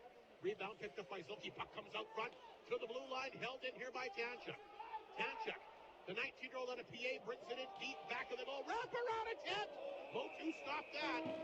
But a great effort there by Cole Tanchuk. Got some open ice, and he tried to use it for his advantage. Yeah, nice wide open opportunity there by the Bombers. When the game gets that slow and that free-flowing action, they tend to excel at. And Motu making big saves, but big rebounds as well, and his defense is kind of leaving them out there. Oh, by the way, there's 3 games in the NHL tonight. We mentioned Calgary, Winnipeg 1-1 in the second. The Rangers a 5-4 lead on Tampa Bay in the second, and later tonight, Edmonton and Anaheim. We got a penalty here, Raphael. Look, the Humboldt defense has gone off. A delayed penalty for something. The Bombers will take it with the power play here. And that's Pepsi power play time. Doug Rocker, Pepsi power play contestant, gets his product to the North of 53 co-op. Gillette just wants to get the goal scorer out there. Flin Flon looking to retake the lead. Here's the call on the penalty. So the goal will get a holding penalty here. This is the second power play night for Flin Flon. Here's Laser Hill. Dish it off to King. King will thread it back to Houle. Houle back across the Humboldt line. Dropped it back to Glench. A nice pass out front to Kane. Just a little bit over top of his stick, though. Flin Flon hoping for better results on this power play. The last time they had a power play, Humboldt had all kinds of odd-man rushes again and had the better of the chances. They're going to jump on this puck again. Ceccarelli, that's Lick will get it down the ice. Von Sprecken leaves it back to the net for King, and again the Flin Flon power play will start off in their own end. Swings the pass to Von Sprecken in full flight. Will rip it around the boards. Took a funny hop. Silvestri in there can't knock it down. This is Kodalik of the Broncos. Runs into the official here. Kodalik. He's after it. Puck bouncing in the corner, picked up by Flin Flon. They get it quickly to Von Sprecken. His quick chance. Shot gets blocked. On the stick of Kodalik, and he'll take off. Now he gets it to Ceccarelli. Ceccarelli across the line. Dodges a couple of checks. Then he loses the handle, but gets it back. Feeds it across. Here's Zilke short-handed. Zilke's shot. Perfectly blocked by Houle. This is Silvestri. Look out. Houle going to get a penalty. He struck down Zilke in behind the knee. That'll negate the power play. Will be 4-on-4 for 45 seconds. Then the Broncos going to go on the power play. And this aggressive penalty kill has been very fun to watch. And it's an aggressive penalty kill that leads to that penalty by Flin Flon. Yeah, the Flin Flon Bombers seemingly just overwhelmed by it as reminds me of how Ray Bork used to play. He used to just go right after, give you no time to think, and just kind of blanket you on the Humboldt Broncos. It kind of paid off because I think the Flin Flon Bombers were frustrated on that power play. 14:43 to go in the second period. 4-on-4 here. Broncos win another faceoff. Puck to the blue line. Flin Flon can't clear. It's bouncing. Knocked down by Bachler. He'll get it to settle down. Makes a great pass to Dubrow. Dubrow and Bachler take off. There's Dubrow. Middle of the ice. Hangs on. Fires it on target. And Motu again will knock that one down. Loose puck picked up by Berlagi. Broncos get away to center. Here's the pass to Roy. Dropped it back to Boucher. Back in tight. Roy back and wrap around. Just missed. Laserhume didn't know where he was. Fry takes his guy down. Another penalty coming up against the Bombers. A cross-checking penalty coming down. I don't know about that one, Rob. I don't know about that one. Fry going to go for the cross-check. It's going to be a two-man advantage. The Broncos been waiting for something to go their way, and this might be it. Yeah, but there's a pocket, I would say, about the Dublin Broncos fans trying to make much noise as possible. That Hool call, I think, was totally warranted. That one on Fry, a definite judgment call and something that I don't know if you see in the SJHL playoffs. Well, it's going to be a 5-on-3. What a chance. 4-on-3 right now. It'll be a 5-on-3 in 15 seconds. Big face-off inside. The Flin Flon zone. Barloggy will knock it down. Feeds it back to the top of the circle. They got Zilke in tight. He'll throw it back out front to Boucher. Boucher's got it. Boucher works the middle of the ice. A quick chance. Good glove save there. Laserhume. And now we're going to get a 5-on-3 here. Raphael Performance up the box. And they're going to get a 5-on-3 here for a minute 14, or is that a minute 44? A minute 44, I guess. Well, it'll be a 5-on-4 for about 40 seconds there. And this is really going to test Laserhume. The Bombers look better. 5-on-3 right now. Bombers look better 4-on-4 than they did 5-on-4. No kidding. The Broncos got that lethal power play. This is Kim. Back out to Barloggy. 5-on-3 Broncos, a chance to take the lead. Kim. Back to Barloggy, hangs on, side of the goal, picked up here by Soretsky, but he can't shoot it. Humboldt holds it in, Barloggy. Kim! Takes the shot, throws it back out foot down low. King got a stick on it, but trying to get a hold of it. Boucher to the corner. He and King tie up. Puck is dug free by Newens, though. Newens back to the Bomber net. He'll hang on to it. Newens flipped it back to left point to Barloggy. Barloggy, side of the goal for Newens. Hangs on, back out front to Barloggy. Now he shoots it and drills it over top of the net. 35 seconds remaining in the first penalty, a minute 3 in the second. 5-on-3, Humboldt, puck knocked away. Goes off Barloggy down the ice. Humboldt can get some fresh guys out there. I think they moved the play down. I don't even know how you hear a whistle. I think it hit somebody on the Bomber bench and was whistled down. During this penalty kill where you miss a guy like Matt Egan, who this is where he kind of shines. So 24 seconds in the first penalty, 54 in the second. The face-off will come just outside the Bomber blue line. Or will it? There's a discussion going on about that. Well, they're saying it hit somebody on the Bomber bench. Maybe it should, but I think it went off Barloggy's stick first, though. He redirected it in there. Well, there seems to be a bone of contention between all the Zebras who have got a meeting going on here. It's a big face-off for sure. It went off Barloggy's stick, that I do know, and the face-off will come outside the Bomber line. Mercer to line up here. I believe Soretsky going to take it. So, boy, big face-off. Flin Flon wins. A nice job here by Mercer. Flin Flon will get the puck to center. Knocked down mid-air this time by Kim. Kim feeds it over the line. That's picked up this time by Soretsky. They work it back to Barloggy at the blue line. Barloggy. One-timer. Kim, he found on, but still got it in tight. Broncos work it back up front to Kim again. He'll hang on to it. Trying to go to Boucher. Back out front. Puck is loose. Can Flin Flon get a stick on it? No, they can't. Kim knocked it down. Stick fires. Good save. First penalty over. Great job by Harvey Laserhume. Usually sticks out deep in his own net. Came out a little in the challenge. Kind of bounced off of his own crest, and there was a little bit of a skip of a heartbeat before he was able to glove it. And the Bombers now 5-on-4. Or the Broncos 5-on-4. 28 seconds remaining in the penalty to the Bombers' Lucas Fry. Bell will take the draw here against Silvestri to the left of Harmon Laserhume. Off the draw, the Broncos win the face-off again. It's picked up here by Kim. To Cater at the line. Back to Kim, top of the circle. He'll hang on and pointing where he wants everybody to go. Kim will get it off the board. King can't get a stick on it. Comes out front, grab by Markler. Down the ice it goes. 11 seconds to go in the power play. And you're going to hear a big roar when they kill this thing off. Kim back to get it. He's going to take off here. Kim to center. The guy can move. Down the wing. Von Sprecken checks him. He's got it. He'll flip it ahead. The penalty is over. Boy, what a big lift there by the Bombers, killing that 5-on-3 against that mighty Bronco power play. Here's Olofsson. Back to Bridger. His shot got blocked. He got it back. Bridger trying to stay on top of it. Tied up along the boards here by Ceccarelli. Puck comes to King. Trying to keep it in deep. It's Ceccarelli, though, that picks it up here for Humboldt. Quick pass to Roy. Roy will spread it over the line. Grabbed here by Von Sprecken. Von Sprecken taken down hard, but gets the puck ahead. Bridger doesn't see it. Knocked away at center ice. Kodalik will pick it up, and he'll hammer it back inside the Flin Flon zone. 11:40 to go in the second period. It remains a 1-1 game. What a big penalty kill here by Flin Flon. King. Oh, he had Mueller in behind the D and hit somebody. Mueller will pick it up. King fires on target. Mo2 is there. Mueller got his own rebound. He let Olsen take it back to the goal. Olsen trying to spin away from traffic. Pinned up. Mueller after it. Back of the goal. Somebody lost a stick there. It's Lacombe. Lacomb's stick gets slapped away. Picked up here by Marburg for the Broncos. Marburg to center. Tries to get away. Knocked away. Picked up here by Stibby, but he gets drilled. Here's Miles in defenseman looking for his second of the night. He'll fire that over top of the net. Miles off the side of the Bomber net. Picked up by Houle. He lifted it ahead, but knocked down by Marburg. Another penalty coming up here. Interference going to be called. Marburg, I think, going off. Yeah, I think you're right. So Flin Flon, who kills off the 5-on-3, are going to get a chance, and Marburg really giving it to Laser Hume here. No, it's not Marburg. It's going to be Kotelek, yeah. So here we go with Flin Flon power play, but again, maybe they don't want this power play the way this has been going tonight. It's been lethargic at best, and they have not. They don't move the puck at all, and they're coughing it up steady. And they look better on the penalty kill. And Humboldt seems to thrive with challenging the Bombers with the man advantage. We'll see what happens on this one. It remains a 1-1 game. Here's Dupro after it. Back of the goal for Silvestri. Silvestri tried to work it back up on Bacher. Got the shot away. It's blocked. Set the leg to the ice again. Richmond will go back and touch up with 10.5 to go in the second period.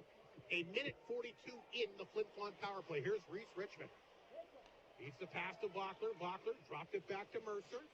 In for Bachler in tight. Nice pass out front, but just a little bit past Dupro. He gets trucked up. The puck will come back to center. Grabbed by Richmond. Got it back to Mercer. Off some skates. Silvestri trying to get a stick on it. Knocked away from him. Here comes Zilke the other way. Lost it at center ice to Mercer. Mercer feeds it back to Silvestri. Here's a good pass to Bachler, but a little bit ahead of him again. Lacombe picks it off. Got it out. Again, the Flin Flon power play cannot get inside the Humboldt zone to even set up here. Here's Bachler. Takes the pass. He's across the Humboldt line. Bachler, backhand pass. Goes in deep. Nobody sees it. Set to the blue line. Richmond races over to keep it in. Right on the stick, though, that time of Ceccarelli. Down the ice it goes. 53 seconds to go in the power play. And again, they just can't get it going. Yeah, there's no seeming structure or cycle game going on at all for the Bombers with the man advantage. Miles will get a stick on that. He gets a hold of it. Down the ice it goes. Flin Flon trying to make all kinds of changes here. Laser Hill will stop this. He'll throw the puck back at it. Picked up here by Von Sprecken. Actually, he's going to let Noah Hull take it up the ice. 30 seconds to go in the power play. Here's Von Sprecken. There's finally a shot on net anyway. A long one from outside the blue line. That's the first shot they've had in the last 3 power plays. Yeah, nice glove save there by Mo2. Lyle Benson's your Pepsi power play contestant. Gets his product at the co-op. If the Bombers score, he'll get himself a case of Pepsi courtesy of Arctic Beverages. 9:21 to go in the second period. 27 seconds to the Flin Flon power play. Galenchin, Kane, King are up front. You got Von Sprecken and Poole on the back end, but it's the Broncos that win the face-off. This is Miles. Around the boards, puck is picked up here and sent back to center ice that time by Amaral. Marburg will knock it down outside the blue line. Galenchin with the steal. Galenchin racing off back across the Humboldt line. Down the wing, he'll carry it in deep, and Miles rubbed him out. Amaral will pick it up. Can't get out. Knocked down here by King. King banned on it. Got it back in deep for Galenchin. Power play is over. King is down on the ice. Something happened to him. Marburg will chip it to the blue line. Held in by Houle. We got another penalty coming up here. Marburg is down now. So Flin Flon's going to take a penalty, I'm assuming. I'm not sure what happened to Marburg. Did you see it, Raphael? I did not, but he is down, and he is holding his face, and now there's a bit of words and scuffle being exchanged as the officials trying to get in between the Broncos and Bombers. The trainer's going to come out to attend to Marburg. We'll take a quick break. 8:45 to go in the second period. This is Great Furniture Flin Flon Bomber playoff hockey here on 102.9 CFAR and FlinFlonOnline.com. Clear. Realty and Liberty Tax are happy to support this Bomber broadcast. Every year they hope. Okay, it's a Remax one, so it's at 10 seconds right now. Friends and neighbors, the North is a beautiful way of life with deep roots and simple pleasures. Triad Realty and Liberty Tax are proud to be part of our community. Go Bombers, go. The question of what you want, 30 seconds, is actually the question of how you want to live your life. That's why you go to Creighton Furniture and Appliance Center, because you deserve. Saw a picture of Poopsie in that bunny suit. Oh my gosh, that's hilarious. Just out on Facebook. Pieces, cabinets, and tons more. Creighton Furniture has everything you need to make your life easier and more relaxed. 10 seconds. Question is that how you want to live your life? I think we all know the answer. 5. Live your life to the fullest with Creighton Furniture and Appliance Center. Open Tuesday to Saturday, 10. And your go. Welcome back to Whitney Ford. Marburg really slow to get up here tonight, Raphael. We tried to watch the replay. We still couldn't pick up on it. I guess we'll wait for the announcement, but he's definitely, maybe he just had the wind knocked out of him. I'm not sure what happened. Him and Corey King got involved in some type of confrontation. King is in the penalty box. And Marburg is just making it up now. It'll be interesting to see this, but maybe this will be more than a 2 minutes minor penalty. Well, he's doubled over and he's shaken up for sure. We'll see if he stays in the game or not. Looks like he's going to go to the bench. That's good news for them. They can't afford to lose him. So 8:45 to go in the second period. The Humboldt Broncos going to get another chance on the power play in this 1-1 hockey game. They've been, again, the better team here tonight, no question. In particular, I've never seen the Flin Flon Bomber power play struggle like it has in this game tonight. Well, they did such a great job on that 5-on-3, and usually you get such a big boost out of that. You get such a swing of momentum. The Bombers weren't really able to capitalize on that excellent penalty kill that they got. So 8:45 to go. It's a penalty against Flin Flon. I still don't see... well, there's the 2 minutes. So it's only 2 minutes. We'll have to wait for the announcement here to see what the call is. Humboldt, though, looking to go to work here as Zilke will take the face-off here against Galenchin. Flin Flon has killed the 5-on-3 in this period. The Flin Flon Bomber penalty killers, Township, Galenchin, Fry, and Olesen. So here we go. Zilke set for the face-off against Galenchin to the right of the goaltender, Harmon Laser-Hume. Off the draw, Township around the boards. High sticking is the call. So maybe Marburg went down awkwardly in the boards because, like you said, he was favoring his stomach or whatever he got up. It looked like he had the wind knocked out of him, I thought. Anyway, here comes Cater for the Broncos. They're on the power play. They'll drop this back to Tim at center. He'll zigzag across the Bomber line. Picked up at the corner that time by Fry. Over to Galenchin. Galenchin lifts it back down the ice. Picked off by Cater at his own blue line. Feeds it back to Kim at center. He's got some mojo again. Dropped it back to Newens. Newens, a shot! Ripped out over top of the Bomber net. Puck hit Kim. Short-headed opportunity now for Kane. Down the wing. Here's Kane. Again, shoots it. Big save, but a big rebound comes out front. But the Broncos gobble that one up. Here's Zilke. Once again to center. Across the Bomber line. He'll hang on to it. Dropped it back to Newens. He flipped it back to the Bomber net. 1:02 to go in the power play. Puck took a funny hop. Fry got it back. He'll play it ahead. Gets it out. Knocked down by Cater. Fed it back to Newens. Newens goes back to center. He'll hang on to it. Here's Newens looking for a lane. Dropped it back to Zilke. Here's Soretsky. Soretsky stopped back up front. Zilke a drive, and he fired it wide again. Buckler, nice job to get to it and poke it back to center. Verlage will pick it up at his blue line. 38 seconds to go on the power play. This is Verlage.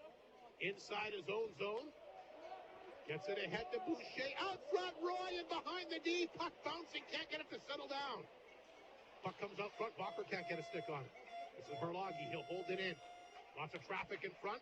Throws it back out to Boucher. Boucher to Barloggy. He'll hang on to it. Spins away from traffic along the boards. Barloggy. Back of the goal. They'll work it back out front. Barloggy again. Hangs on. Swings it back. Here's a one drive by Boucher. Great right back stop that time by Laser-Hume. Roy on the rebound.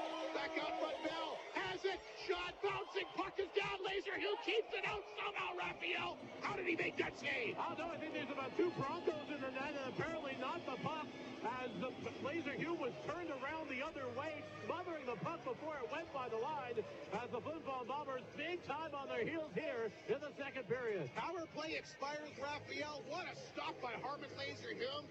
Down and out, looking like a.k.a. Dominic Hasek on that big Detroit Red Wing championship run many years ago. Great athleticism, though, I like a big and boring goaltender. I like a goaltender who doesn't have to make those spectacular saves.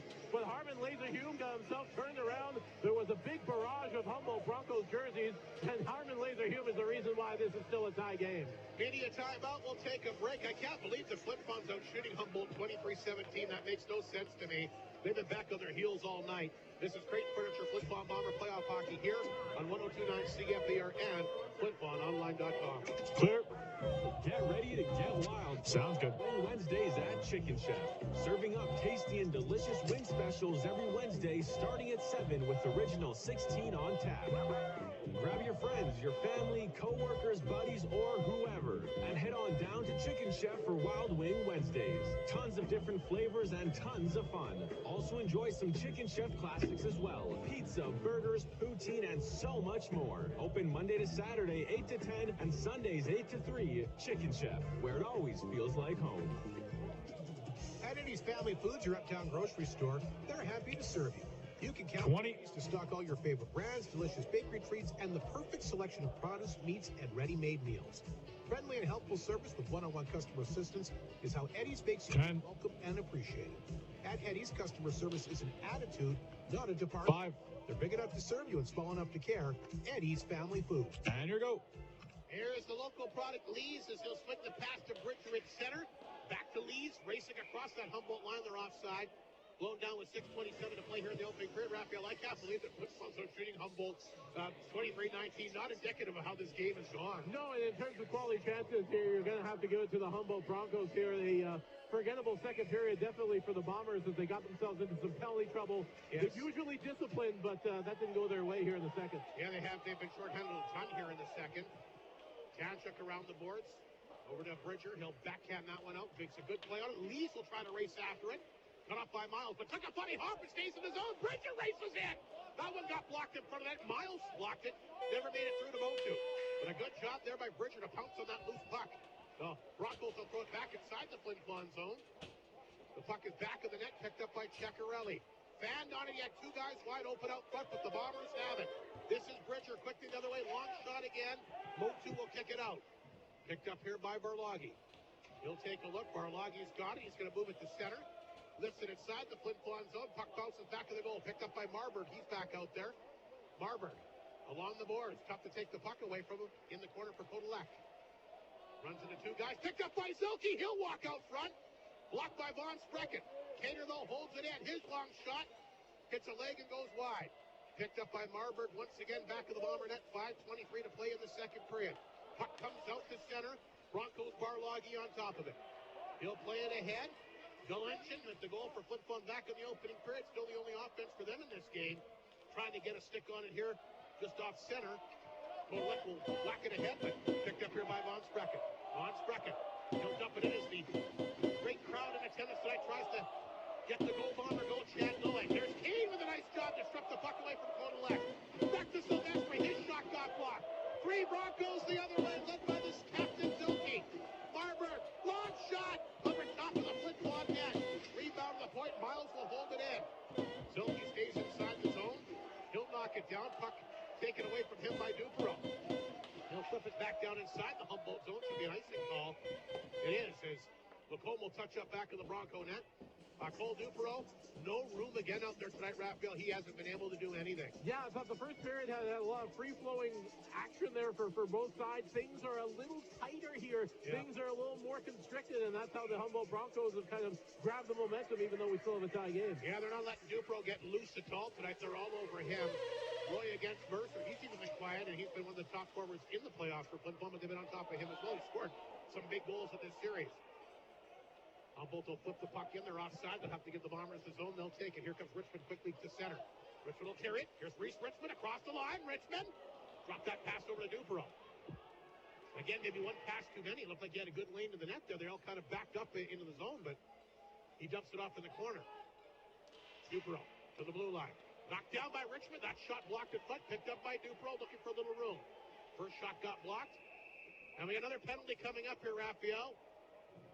A slashing penalty. Who's going to get this one? Looks like it's going to go to Newlands and the Broncos. So a lot of penalties. Surprised at the amount of penalties in this second period. I am. There was so much playoff atmosphere going on. This one, the crowd is fantastic, but the way the game is moving and flowing, this is kind of more like a January game than it is a game in April. Well, Flin Flon will try to get something going late. Their power play has been Well, it struggled, to say the least. Mike Regan was concerned about it before the game. He commented on it. And I'll tell you what, their power play was way better last night than it is tonight. Yeah, anemic at best. Richard Murnick, your Pepsi power play contestant. He gets his products at Rick's and Cranberry. Bombers Squirrel got himself a case of Pepsi, courtesy of Arctic Beverages. Von Sprecken, Delench, and Kane up front. We got Poole and King on the back end. 1-1 here with under 4 minutes to go. Big power play for Flin Flon here. We got one of the Broncos has got the puck trapped up along the boards. Done free here by Kane. Kane's had a nice game tonight, actually. Trying to work it free. Marburg back in there, but it's Valencian that gets it back out front to King. Swings the pass to Houle. Back of the goal, it goes again to Von Sprecken. Not a lot of room. Tries to keep it in. Houle calls for it at the right point, knocked it down. Back out front to King's got the stick cock. Will he shoot it? Hangs on to it. Not a lot of room. Back out front, Von Sprecken trying to get the one-timer away. He missed it. It comes back down to the Bomber blue line. Grabbed here by Houle. Von Sprecken, his side of center. Lost the handle. Stolen here by Marburg. King comes back. This is Corey King. Runs into his own guy. Holy cow. Falls down, but at least he gets it back to center. Kotlik will pick it up. He'll fire it back in. I have a feeling they're going to have to watch the videotape on this power play and figure out what they got to get going here. I just burn it. Here's Houle. Back to center again. They have not even been able to set up again. Icing called against the Bombers. Face off back inside their own zone. It's one thing, to get chances on score, but they can't even set up. Yeah, you can see Mike Regan frustrated with the effort of the man advantage because they're getting their opportunities here.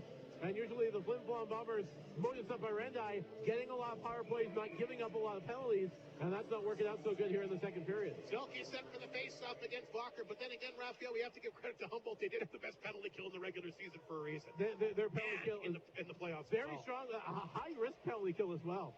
Here's Dupro across the line. He'll rip that one over top of the Humboldt net. Flin Flon did have success early in the series, though. That's out front for Silvestri.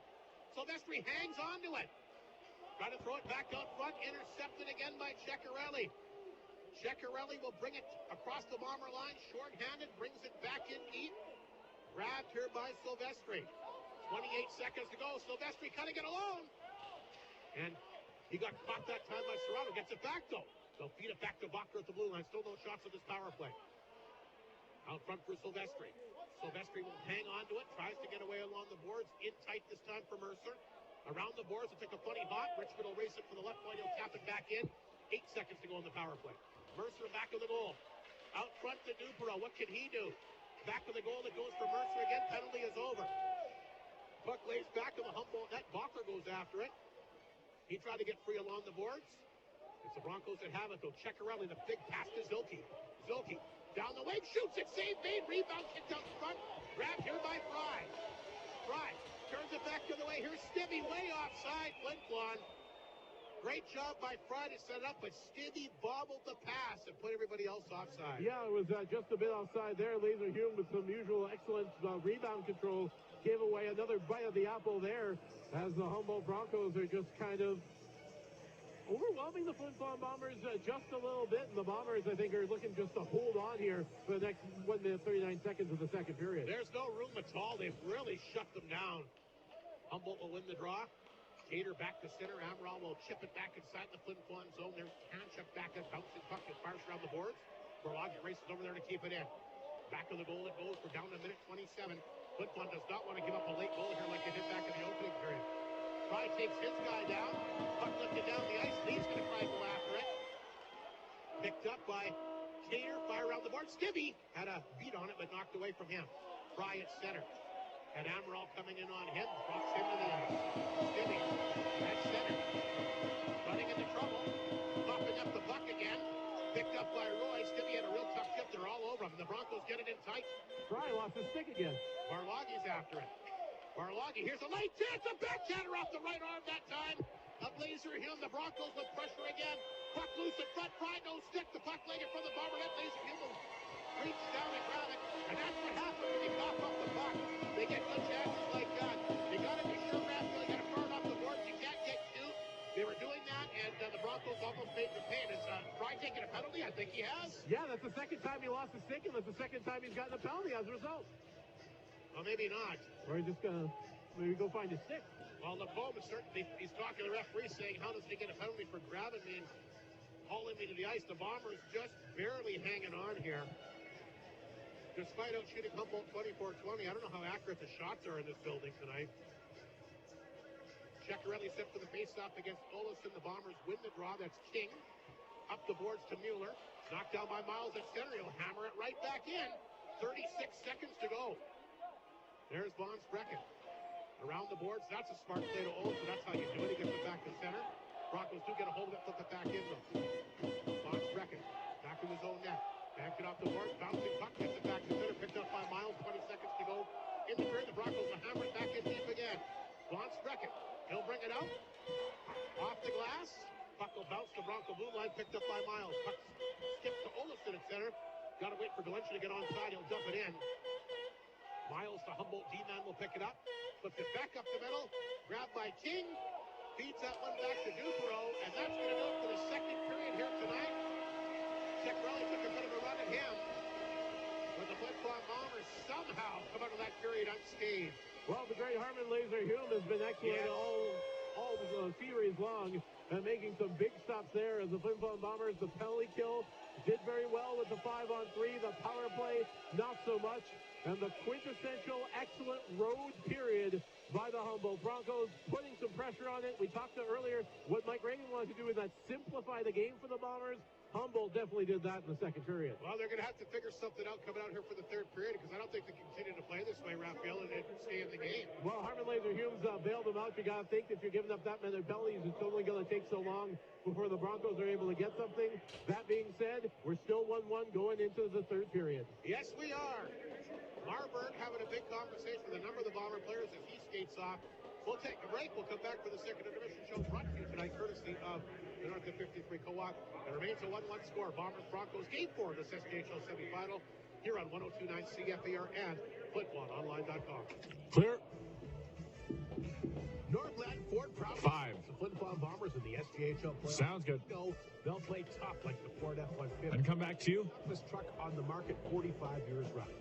Sounds good. Helping the community cheer on the Bombers as they fight to bring a championship home where it belongs, and will provide you with the best selection on the lot to choose from in the North, for the North, Northland Ford. The KFC famous chicken sandwich is 30 seconds. Good. This isn't a library, and I'm not even being loud. That's enough with the high volume. Sheesh. I'm all for letting 20. Triple breaded buttermilk marinated filet, but you could have caused permanent damage. You're getting on my nerves. The best way to relax is with the KFC famous chicken sandwich, 8-ounce meal, and a large. Don't you dare say it. 5. So loud. So good. And your go. And we're back at the Whitney Forum. Rob Hart, Raphael Saray. It remains a 1-1 game. And we're chatting as we were going to commercial break there, Raphael, how the Bombers have been able to stay in the game, and you're right. Harmon Laser Hume, I still don't know how he stopped that puck. It was a Bronco power play. The puck was bouncing. He was down, reached back, and just another tremendous highlight reel save for this guy. And no question about it, he's been Flin Flon's best player again tonight. He was turned the other way and was just able to angle his body. It must have been a matter of millimeters before the puck went in. And Harmon Laser Hume was able to keep the Bombers in it. And boy, oh boy, that is a very, to quote the great Mike Slip, Rob, boy, oh boy, the Flin Flon Bombers are very fortunate to be tied at 1 going into the third period. And I really thought they were going to get that momentum when they killed off the 5-on-3. Yeah. I thought the crowd was going to roar. How many times have we seen it where a big penalty kill turns into problems, and they just didn't get that? I think it's one of the smaller ice surfaces here in the SJHL, but boy, has the Humboldt Broncos made this even smaller as there's just no room to maneuver the usually high-flying, fast-skating Flin Flon Bombers. They say 9-8 the shots for Flin Flon in that period, so far the Bombers a 2-period total of 24. Well, they're giving the Broncos a few more. Now they're giving Humboldt 10 shots, so they're going to wind up with 22. So it was 10-9 in Humboldt's favor in that second period. It remains a 1-1 game when these two teams are tied up after 2 so far in the playoffs. The Humboldt Broncos 0-1. You don't hand them tied very often after 2. Flin Flon 2-0, so a good omen for them. Heading in for the final period tonight. Again, obviously the next big goal is going to be huge. Is one goal going to be enough either way again tonight, Raphael? The way these goaltenders are playing, it kind of looks that way. One goal was enough last night, and maybe just one more is going to be what it takes. But with all the penalties and and what the officials are calling. I'll know if they're going to put the whistles in the pocket here for the third period. You'd think so, with that man advantages of the amount that we've seen it so far in this game. Things may open up a little more. It's going to be very intriguing, as it usually is, tied going into the final frame. So the 2 goals in the opening period, Galenchik's first ever SDHL playoff goal. Again, that was early. Thought might set the tone for Flin Flon tonight. Broncos really tightened up after that. Miles has got his first of the playoffs. Shots 24-22, Flin Flon favor after 40. The Bombers 0 for 4. The Broncos 0 for 4, and that does include a 5-on-3. We'll take a break. We're going to chat about the other series that's going on. Very well could end if the Palace and Melfort. The Battleford Stars, that dramatic double overtime win last night. Marty Martinson is calling that. He'll join us next here on 102.9 CFER and FlinFlonOnline.com. Clear and safe from the elements is a top priority for Jim's Custom Doors and Windows. Sounds good. That's why they're a proud supplier of Huron windows and doors. With good delivery times and products that are cold weather approved, they put you at peace of mind. From the installation of new windows and doors to the replacement of old leaky ones, Jim's technicians have you covered. Stay protected with Huron windows and doors at Jim's Custom Doors and Windows. Your trusted local windows, doors, and blinds store. 687-7071. Hud Bay is proud to be a sponsor of this Bomber broadcast. From donations for bursaries, hockey schools, clubs, community events, charities, and so much more, Hud Bay has supported our community with dedication and generosity, contributing to events and organizations. Hud Bay thanks the people of Flin Flon for their continued support. Good evening. Welcome to our second intermission, and we are joined once again by the play-by-play voice of the Battleford Stars, Marty Martinson. The Stars, of course, one of the premier teams in the entire country, ranked number 1 for several months, wound up at number 2, but have certainly had a good playoff run, knocking off the Wayward Red Wings in 5 and on the cusp of taking down a good Melfort Mustang club, possibly 4 straight. Marty joins us. Marty, let's start off with last night's double OT win. Kean Bell, a tremendous regular season. He's taken right over where he left off in the postseason, got his 11th last night, the double overtime winner. I know it was a nice goal, you were telling me, and of course I heard the call as well. That's right. I mean, well, first of all, thanks for having me on here again, Rob. Always great to catch up. But, yeah, I mean, nail on the head there you hit it. I mean, what a goal. The guy who was playing, he must have played over 30, well, way over 30, maybe over 40 minutes on the night there, and still the presence of mind to break away from the pack. And I talked to him post-game there, too, about that goal, kind of, to walk me through it. And he said, trying to pull it by the defenseman there after he forced a turnover. It was off the defenseman's skate then, and then Holden Dole just knocks it right up to him. And those two guys, I mean, they've been magic all season long. The only 200-point scorers, as we know, in the league this year. Both over 2 points per game in the regular season and continuing on here in the playoffs at right around that same clip. So special to watch there. He baked it. Forehand, backhand, back to the forehand. No chance for Fabro. He was incredible all night. I mean, both goals, I know we'll get to, but what a move, and that's what game breakers do. He just broke the game wide open and got the winner there. He did, and like you and I were talking, you always kind of got a sense with the way that both goalies were playing. We were wondering when the game would come to an end, but the Stars just find ways to win games in lots of different ways. Of course, I've chatted with you. I've watched the Stars a number of times this season, whether it's live or on hockey TV, and this is a team that is never really out of a game. I mean, like I said, lots of times this year they came back. The third period comeback kids, they continue to get it done in the postseason, Marty, and I think a lot of people thought the series might be a bit tighter. Do you see Melfort coming back and making a bit of a dent, or do you think the Battleford Stars kind of got their foots on their throats, so to speak, and will most likely end the series tonight? Your thoughts? Yeah, well, for sure. I mean, I think especially with what you first said, I mean, you talk about finding different ways to win. I mean, that's the name of the game come the playoffs. And for this Battleford team, it's great when you're winning, 5-2 in game 1 of this series, 7-1 in game 2. But then as we saw in this one, when things tighten up there, maybe the offense isn't able to get one by that brick wall in between the unbelievable defensive efforts here by both teams as well. In this last game, it's that finding a way there, not getting frustrated, to chug along. And you look, both those two teams were within a single shot of each other. So I know you asked about, what we're kind of expecting from Melfort. I expect them to leave it all on the line here again. Some teams might get demoralized there from, obviously anytime you go multiple overtimes in, it's going to be pure jubilation on one side and devastation on the other, obviously coming off that loss. But I expect Melfort to come out firing again here. They are not going to roll over because we saw it, right? Even after that game, too. Stars go up 2-0 in the series. I know Melfort were just coming back home for their first one, 19-3 there last night. But a oh man, like, I mean, the Stars just run them out of the barn. 5-2 game one, 7-1 game two. But again, unfazed. Stavro let in the 5 goals on 19 shots in game 2. He comes back with his best game of the year. You know, and he had a great regular season as well. So I'd expect nothing less here. I'm looking for a big bounce back from this group. And, you know, what's funny is it may sound, although maybe outside of that double overtime game just last night, the scores haven't maybe been indicative of a tight series. This has been a fantastic series. I mean, the pace of play for these two teams has been unbelievable, and we're seeing so many of these elite players, these two-way players on both sides. Your Doles, your Bells, your Southgates, Kesslings, of course, lead the way for the Stars. And Ben Tkaczyk on the other side of things, I mean, I thought he was unbelievable in game 1. Had a goal on, or pardon me, a point on each of his team's 2 goals there. Clark Huxley got on the board that first time. Even Aiden Hutchinson got on the board there to get a little bit of that second unit contribution there in that game 2. I know it was a 7-1 final, but, you know, for Melford, I'd expect him to come out firing here. Obviously, the season's on the line, but they're going away anything but blindly. That's for the Battleford. I mean, this is a team with unbelievable killer instinct. Like, almost unlike anything I've seen. I mean, it's unbelievable the way this team can close out games, close out series, as we saw even in that last one there against Weyburn. And I'd expect nothing less here. They're taking it a game at a time, and this is a group focused. They've been working towards this very moment, a chance to advance to the league final, and I can't see them letting this opportunity slip. You know, it's interesting you say about the 3-game lead and, you know, how it's a little bit closer than maybe what the scores are indicating.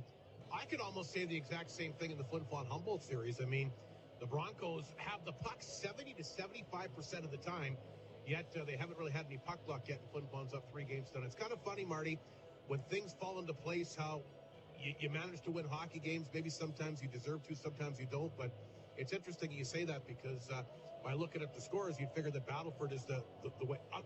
With, of course, despite last night's game, the other 2 games, you figure that they pretty much dominated both the opening games.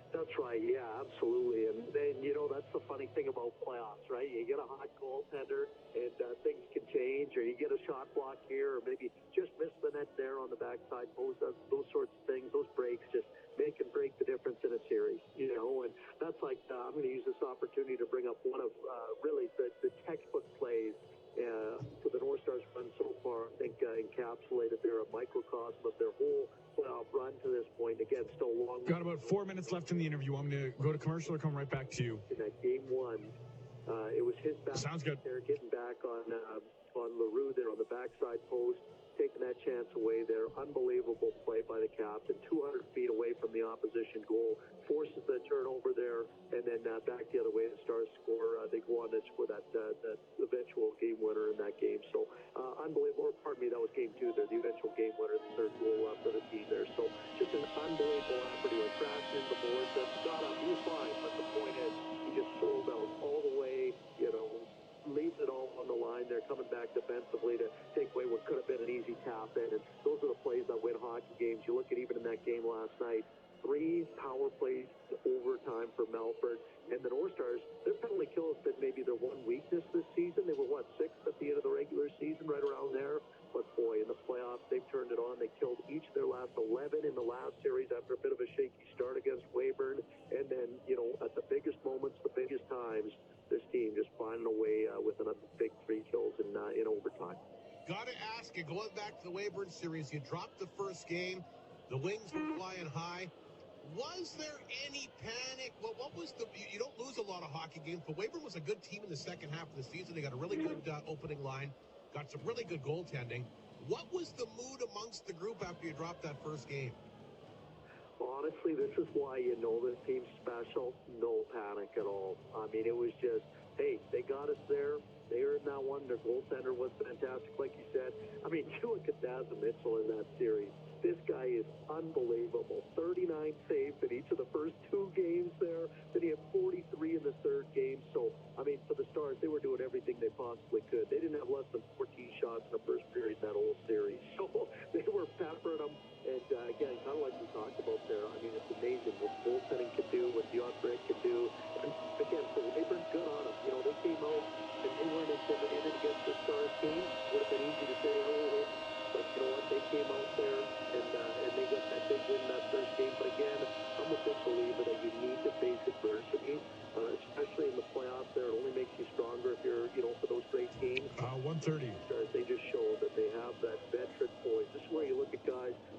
Sounds good. Obviously for Stephen Counseling, the longest tenured North Star. I agree. With the team since 17 years old, and you look at what he's doing this year, his 20-year-old season, he's a big part of that on the back end. Ton and you are just that calming presence. These are some of the guys, obviously the captain, Jake Southgate there. These are guys who have been there, done that, seen things in this league. And again, you look at even last year, the playoff experience there against the Bombers. Stars go up 2-0 in that series there. Flin Flon rattles off 4 straight to take that series there. So for the Battleford, it's all about using that experience, staying calm, staying poised, and saying, you know what, we just look at that. Sounds good. And that's a big reason why I think tonight. 3, 2, 1, here go. And welcome back to Whitney Forum. Rob Hart, Raphael Sray. Big thanks to Marty Martinson for the Battleford for joining us here in the second intermission. Well, let's take a look at how they're making out in our Frontline Sport League Town scoreboard. But we're underway in the third period, a 1-1 hockey game here. That 50-50, Raphael. Win or lose, somebody's going home happy tonight. We're looking at like 28 grand. Incredible. Silvestri across the Humboldt line will carry it in. Miles whacked it away from him. Galenchen holds it in. Or Von Sprecken, rather, holds it in and fires that over top of the net. Grabbed by Silvestri. Flin Flon wanted to get off to a good start. They've been back on their heels for much of the game. Bucker up front. Oh, there's a chance for Dupereau. And Motu, biggest save of the night. They get Dupereau in free. He's usually automatic. What a stop by Motu. Here's Mueller back the other way. We're talking about it heading into the break. The Raphael, them holding Dupereau in check. And look out, he gets the first good chance here in the period. Yeah, free space in that quick release. Excellent reflexes shown by Motu of the Broncos. Mueller will carry it across the Humboldt line. What a stop by Benjamin Motu. Pritchard getting Miles in the corner. Puck is underneath him here. And they're going to whistle that play down again. I don't know when it's this loud how you even hear whistles. Let's see what's happening with the Frontline Sport Leisure out-of-town scoreboards. Battleford 3-0 on Melfort, Raphael, after one. Yeah, it could be the swan song for the Stangs, and Battleford looking to do what they've been doing for the majority of the regular season into the postseason. NHL tonight, Tampa Bay a 4-3 lead on the Rangers in the third. Calgary leads Winnipeg 2-1 in the third. Edmonton, Anaheim. Sitting with Mike Slip at the Jet game, Morris Lukowicz, Joe Daly, Chris Walby, and Burton Cummings. He knows all the bigwigs, doesn't he? He may not want to come back. Bigwig down in Winnipeg. Amaral will fire that one in. Tanchuk back at look out. Newens wrapped him up. Olesen will pick it up. Nice pass outside the zone. Mueller didn't see it, though. It'll roll in on Motu. He'll make the save. Puck picked up here by Cater. Ahead, he had Newens on side, just off the tip of his stick. Richmond back of the goal, up the boards. Flin Flon can't clear. Humboldt holds it in. Babula, now it'll come out. Picked up here by Mercer. Mercer down the wing. Across the line, a shot on target. Motu the same big rebound in front, but Barlagi's got that. Barlagi for Humboldt. He'll come back the other way, throws it to center. Puck rolls back across the Bomber line, grabbed by Galenchen. Ahead to Mercer. Mercer down the wing. There's a chance from a sharp angle. Good save made. And Motu, what a big stop on Dupereau here in the early going. All these two goaltenders, Raphael, another outstanding performance both ways again. But an excellent start for the Flin Flon Bombers here as they're getting pressure in tight. Good chances early here. If I was a fly on the wall of that locker room, be interesting to see what Mike Reagan told his crew in the break. Silvestri, Dupereau, Buckler up front. We got Richmond and Fry on the back end. It's a Bronco face-off win, though. But Dupereau races over to keep it in. Puck was bounced. The Broncos couldn't get out. There's Sarad. Backland almost lost it there. Flin Flon is after it. Good work along the boards by Dupereau. Throws it out front, but picked off that time by Kim. Not the guy to cough the puck up to. Kim, though, runs out of room. Picked up by Dupereau. Nice bank pass here to Silvestri. He's across the line. His long shot. And Motu will reach up and grab that. 17 and a half to go. Women's World Hockey Championships. Team Canada, the defending champs. They 4-0 victory against Switzerland today. Finland all over France, 14-1. And the United States again taking down Japan, 7-1. 1-1 the score here. Both goals coming in the opening period. One at the beginning of the period, one at the end. Galenchen just 2-10 in. And Miles has answered that one. The big Humboldt D-man, both their first of the SJHL playoffs. Penalty coming up to Flin Flon here. Stibby. Geez, I don't know about that one. Neither do I. Not in the playoffs. Oh, he takes Selke down the corner. Tough call there against Mike Reagan's crew. And the Broncos will go to the power play for the 5th time here tonight. Stibby was just fighting him for the puck. Let's take a look at the replay on this, and I don't believe that there was a penalty on it. Well, maybe he took him down. Maybe you look at the replay there, he kind of maybe hooked him up a little bit. I'm going to say that's a very January call, Rob. It's a very January call. 17:24 to go, third period. Great chance again for the Broncos as Bell will come out for the face-off here, deep in the Flin Flon zone against Olofsson. Off the face-off comes right back to Barloggy. Barloggy in the zone, just pulls it in. Moves that back across to Boucher. Here's Barloggy. It's a high sticking penalty is what they're calling it. Kim. He'll knock it down. Hands on. Throws it out front. Gets it back again. Kim shot. Oh, I don't know what that hit, but I don't think it hit Laser Hume. Lots of traffic in front. This is Boucher again. Back out front to Roy. Gets the shot away off the side of the Bomber net. Boucher gets it back to blue line. Barloggy will hold it in. Barloggy to the middle of the ice. Shoots it. That one hit somebody in front again. Held in by Boucher along the left-hand boards in tight. They'll throw it back to the point. This is Cater. Gets it back to Barloggy. Barloggy has it to Kim. Fakes the shot. Now he lets her rip. That just grazes the outer post. Grabbed here by Boucher. Barloggy. Kim calls for it again. Throws it through traffic. They score. Bell, the redirection. And that's the first lead of this series for the Humboldt Broncos there, Raphael. The first time they've led in the 4 games. Yeah, it was a matter of playing with fire, giving the Broncos that many opportunities with the man advantage. And they were able to capitalize right there. Harmon Laser Hume doing only so much to keep the Bombers in it, but a very quiet Whitney for him as the Broncos have taken a 2-1 lead. Spencer Bell's fourth of the playoffs. The Broncos take the lead on the power play. And Tim Kim was the guy that stirred the drink on that one. Tim Kim is very difficult to get off the puck and is very tenaciously keeping it on and kind of doesn't finish, but he kind of starts everything. So Humboldt will take a lead in the series for the very first time. Spencer Bell will get it. Broncos come back again. There's a chance by Zilke. That's off the right pad. So 3:31, the Broncos in the lead. This is Marburg with the steal. Back to Kodalak. Kodalak will get it across the line. He gets a shot off the side of the Bomber net. Boy, how big is that save now that Motu made on Dupro in the early going? Lacombe will keep it in. Back of the goal. Zilke had that one knocked away from him. Flin Flon's going to have to come here. They're down a goal. Here's Dupro. Had that chance the last time he was out there at center. We'll flip it in here for Mercer. Mercer after it. Around the boards for Kane. Can't knock it down and hit a skate. Comes back to center ice. This is Kanchuk. He'll hammer that one in. Took a wicked hot, came out front, but Motu was ready for it. Got the paddle down. Valencian in on Lacombe. Lacombe. He'll knock it down. Puck bounces. Barberg. He'll play it ahead.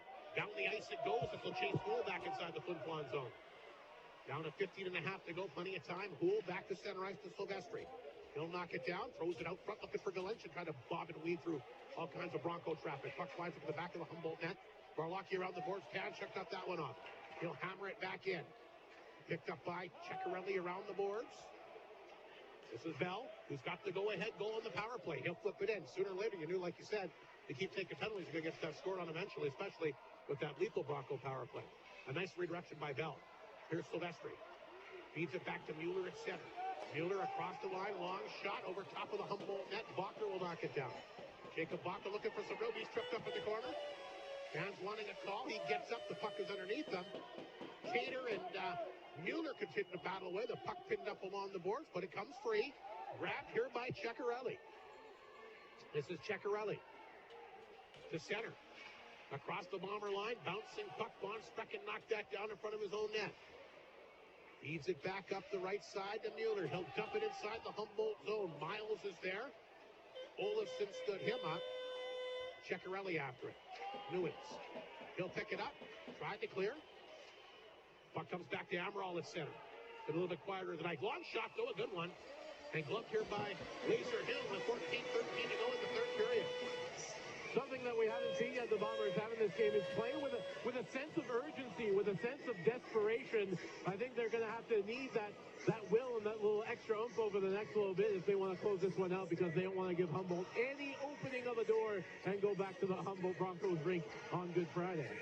Gotta send a hello to Don Zach Raphael, listening in Japan. That's right. That's Evan Zach's dad. Yes, he's a pilot, I believe. Apparently listens to all the games. I don't know, what time would it be there?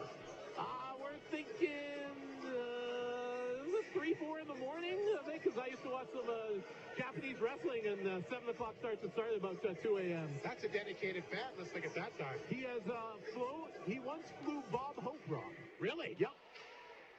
Flin Flon down the goal. They've got the puck. A quick pass for Dupro down the left side. Dupro a chance. Left pad save, rebound up front. Flin Flon after it. Fired wide by Mercer. Mercer again, back of the net, will hang on to it. Thought about the wrap route, he'll hang on. Mercer dumps it back of the goal. Kane can't get free. Miles had a hold of him. Puck deep inside the zone. Miles and Amaral continue to whack away. We're down to 13:43 to go. Amaral continuing to battle here. We're going to have a penalty against Miles, the D-man here. Yeah, he can't be doing that.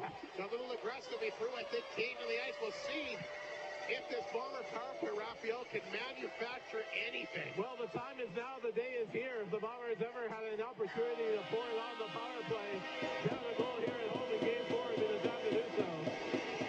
So 13:36 to go. The Bombers will get a chance to even things up on the power play. Humboldt got a power play on their fifth opportunity. We'll see if the Bombers can follow suit. And like you said, got to seize the opportunity. The power play is not so good tonight. So we'll see what happens at 13 and a half to play in the third period. 28-27 the shots, by the way, right now in the Eddie Stanley Blue shot clock in favor of the Bombers. Text Don Zach back. With the time change, he knows how this game ends. Yeah, no kidding. Here's Richmond, lots of room. Back out front to Dupro. Can't shoot it again. Maybe one pass too many. Boy, Richmond had a lot of room there. You figure, why wouldn't he take it? He's got it again. Fights up a check out front. There's a chance by Silvestri. He'll fire it wide. Bachler back of the net. Back out front to Dubro. Quick chance. Good save. Both two got the toe on Richmond. A chance. And Flin Flon at least starting to set up here and at least get some shots away. This power play looks like at least it's executing well. Mercer back of the goal in the corner here for Bachler. Back of the goal for Mercer. Mercer back out front. This is Dupro to Richmond. Richmond hangs on, shoots it. Both two there. And he'll squeeze that one and hang on. A minute 19 to go in the power play. 12:55 remaining in the third period. 2-1 Broncos. Pat McKenzie, your Pepsi power play contestant, gets his prize to Eddie's. If the Bombers score, will give himself a case of Pepsi, courtesy of Arctic Beverages. So the power play unit remains intact. It's Mercer, Dupero, Silvestri, Bachler, and Richmond. A minute 19 to go in the power play. They've got 32 shots on Motu, who let in a goal early, but has really been able to close the door. Here's Bachler. A shot over top of the net. That was a good opportunity. Picked up here by Ceccarelli, shorthanded. He's got it to center. Ceccarelli across the Bomber line. He'll hang on to it. Kills a lot of time. Nice play to feed it back inside the zone. This is Barloghi. Down the ice it goes, and Richmond will knock it down just in front of his own net. Brings the pass to Bachler. Back to Richmond. Richmond. Around the boards it goes. Picked up here by Lacombe. Fanned on it. Kodalek down the ice. 45 seconds in the Flin Flon power play. 12-18 in the third period. Humboldt in front, 2-1. Here's the stretch pass for King. Back to Silvestri out front. Galencha just a little bit ahead of him.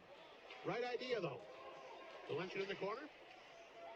Gets it back to King. He'll hold it in. Back of the goal for Galencha. Knocked down hard in the corner. Puck is picked up and set down the ice by Lacombe. On target, the same made here by Laser Hume. Just 17 seconds to go in the power play. Here's Noah Houle. To Von Sprecken. Nice pass over to Galencha. In over the line. Back of the goal to Kane. Back around the boards for King. He waited for it. The blue line to Houle. Time running out. Von Sprecken, a shot! That one hit Galencha out front. The penalty is over. Miles on the box and Flin Flon 0 for 5 on the power play.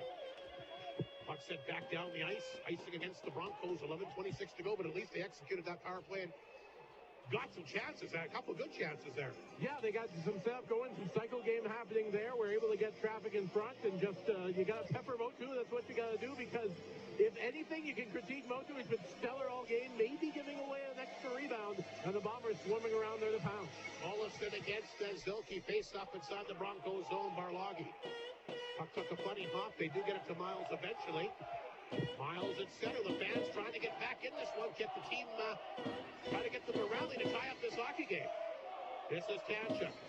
Inside his own zone up the board. Bridger will chip it back in. Miles off the tip of his stick.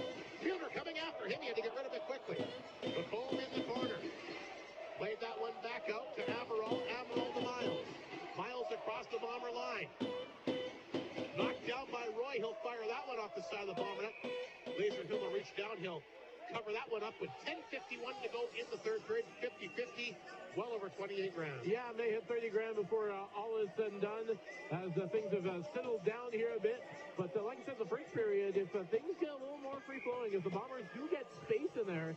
It looks like where they excel, Humboldt, and want to put this one in the deep freeze for sure. Roy against Galinch, and face-off to the right of the goaltender, Laser Hume. The Broncos win the face-off. Roy in the corner, looking for someone to give it to. He's got it back out front. A good pass, but Newens couldn't handle it. And Flin Flon the other way. Here comes Skinny to center. He'll send it in, and he'll try to get his speed going, but it took a funny hop. Barloggy was on top of that. He'll play it off the boards. It comes back to center, grabbed by Newens. Von Sprecken back around the boards. Flin Flon picked it up. No, they don't. Be a nice call against the Bombers. Looks like somebody was going to get a stick on. Now Flin Flon's going to keep everybody on the ice here, Raphael. They're going to try and make a change, but you notice the referee and linesman over there pretty quickly. Yeah, you can't fault them for trying, as the faceoff will go deep in the Flin Flon Bomber end. Even in terms of faceoff so far, as we'll see if the Humboldt Broncos can get anything set up. Harmon and Laser Hume, boy, you can't follow him on that goal. He's been stellar all night. No, you can't. That was just a nice redirection. I mean, both goals tonight have been good for them. Lee's along the boards, and that's just a nice, beautiful goal by Flin Flon to open up the scoring tonight. Galinch off the bar and in. Doesn't that seem like 2 days ago, though? That's just a while ago. Well, 2 minutes into the game, and Humboldt a chance. There's a chance from a sharp angle. Puck loose in front of Laser Hume. Racing after it that time was Soretsky. Puck will come back to center. Miles has it. Dumps it in. They're offside. Play blown down. 9:55 to go. Media timeout. Let's take a break. For the first time in this series, the Humboldt Broncos actually have the lead at 2-1 here on 102.9 CFER and FlinFlonOnline.com. Clear. Make your Easter of sounds good. The North of 53 Co-op. From a quiet gathering to a big to-do, the Co-op can elevate existing traditions and help build new ones. Turkeys and hams, of course, but take a real good look in the Co-op's meat department for marinated offerings and pre-made items that will save you time, but won't skimp on the flavor. And always take a look for fun things to put in that Easter basket. It's all at the North of 53 Co-op. You're at home there. 30 seconds. RAG 1987 Limited in the Paw now have ultra-quiet generators in stock for any purpose. The ultra-quiet 1000i 20. is one of the quietest gas-powered generators on the market, delivering 1000 watts of power. The 3000 IES features the Honda Eco throttle system, offering amazing 10. efficiency, lasting 7 to 20 hours on a single tank. From recreation to 5. industrial, get your hands on a Canadian-built and tested Honda generator at RAG And your go. 87 Limited in the Fall. Your local Honda dealer. I'm trying, Rob. I'm trying. Well, You're not helping out, Rob. let's watch what everybody else was doing. Catter at center will send that one in. A hard shot in front of the Bomber net. Bell got in there looking for his second of the night. That was a great chance. Puck will come back to center. Tater gets it back. 9:43 to play in the third period. 2-1 Humboldt in front. Here's Barloggy. Sends it back inside the Flin Flon zone. Look at that puck bounce back of that net. Grabbed here by Laser. Looking like a Super Bowl there. Yeah, well, it was Super Bowl in the U.S., bouncy ball in Canada, but on both sides of the end, it's not just in one end of the ice, we've noticed. Now it's bouncing all over the place. 34-28. The shots in favor of Flin Flon here. The Eddie's Family Food shot clock, but the Broncos have taken the lead here in the third. A big power play goal here by Bell. It's fourth of the playoffs. And the start and stop of this period really, I think, has benefited Humboldt to just kind of slow everything down. Loose in front. There's a chance they score again. It's the captain, Silky. He'll pounce on that puck. Raphael, low blocker side. And you knew sooner or later Humboldt was going to have to score some goals, right? Well, it stands to reason, and I think it was one of those odd bounces that landed right on Zilke's stick. Was able to put it past Harmon, Laser Hume. And the Humboldt Broncos, you can hear the small contingent of folks that made the ride over are definitely happy that they did, as the Broncos coming up big here, facing elimination, now up 3-1. So the Bronco captain gets his fourth of the playoffs, and it's Humboldt 3, Flin Flon 1. And the Broncos are really feeling it now. Here comes the dangerous Kim Kim. Van Blaricom will get the one assist. Laser Hume reaching up to grab that puck. So the big gunners have come up for Humboldt tonight. Miles, Bell, and Zilke after Flin Flon took that early lead. But again, Humboldt just a little bit too strong so far in this game. Boy, yeah, they simplified the game. I was listening to an interview from Carlo Poliakovo, former NHLer, and he talked about when you play on the road in the playoffs, you're not trying to please everyone. You're not trying to think about everything else. You're just kind of focused on what you have to do, and that's what the Broncos are doing tonight. Miles will dump it in, a long shot. Laser Hume will kick that to the corner, picked up here by Richmond. And the puck will come to the line, held in by Zilke. A chance again, and reaching up. That goes off the tip of the glove, actually, of Laser Hume. You're right, though, a very quiet Whitney for him. Kim has got it. I wonder if Poopsie puts the bunny suit on after the game now. I think he will, whether they win or lose. You're probably right. I think he enjoys it. Olafson tied up in the corner. Here's Richmond pitching up along the left-hand side. He'll dump that one back in. Or maybe he comes out as something else, Raphael. You never know. Keep the audience guessing. Long John Silver, who knows? Kim back of the Humboldt net. He'll try to get that puck to settle down. He plays it ahead here to Van Blericom. Van Blericom at center. Throws it back across the Bomber line. Fry is there. 8.5 to go in the third period. Big insurance goal by the Broncos if they can, I wouldn't say relax, but to play maybe not as tight with a 2-1 lead, especially if Flin Flon getting some chances. Bombers definitely got to get the next one for sure. Barloggy at center. He'll knock it down across the line. Bridger took it from him. Bridger trying to get free here at center. Knocked away, comes back to Richmond at the Bomber blue line. Here's Richmond, up the middle. Glenson got a stick on it.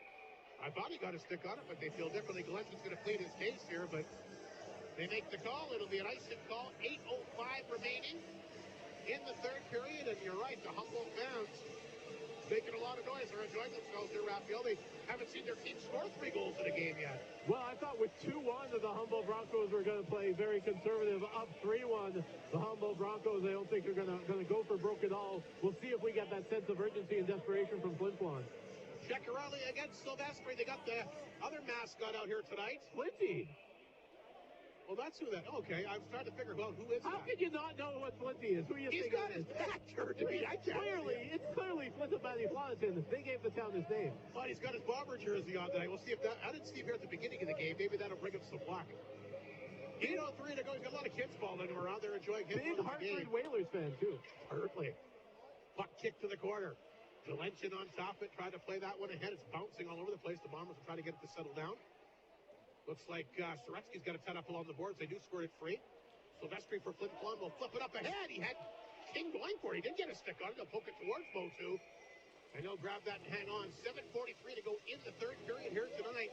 Humboldt trying to get this back to their home rink for game number 5, which will be played on Good Friday. First time they've had the lead, and the first time they scored 3 goals in a game in this series. Big face-off inside the Broncos zone. Zilke lining up against Galenchin. The fans get charged up, trying to get their team back in it. Plenty of time on the clock. Flin Flon can get one here. Look out. Von Sprecken through traffic. Back out front. Galenchin throws it back out front, but nobody there is going to come outside the zone. And King will track it down inside the Flin Flon zone. Up to Bachler. He's got to come back on his side of center. Dropped it back in the zone to Von Sprecken. Here's Silvestri in center. Got away from him. Lapone with the interception. Here's Podolak. Rolls it in deep, but Laser Hume out of his own net. Nice job to play it ahead here. Silvestri with Bachler. He'll take off down the wing. Back to Silvestri. Oh! Caught the post again. Rebound will come just outside the line. Rolled up on top of the post. Flin Flon that close to making it a 1-goal game. Here's Marburg. For the Broncos to center. Marburg, good move across the Bomber line. Down the right side. His shot.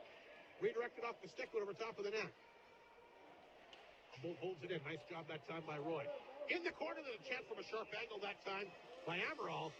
From the same main here by Harmon Laser Hume. 6:48 to go. Boy, the Bombers come close to Raphael to get the big goal. Yeah, the best opportunity so far as Hull is involved in some extracurricular activity that are going on after the whistle. Bachler and Silvestri were kind of all tied together, and I don't know if Motu knew which way it was coming. It came up just a little high.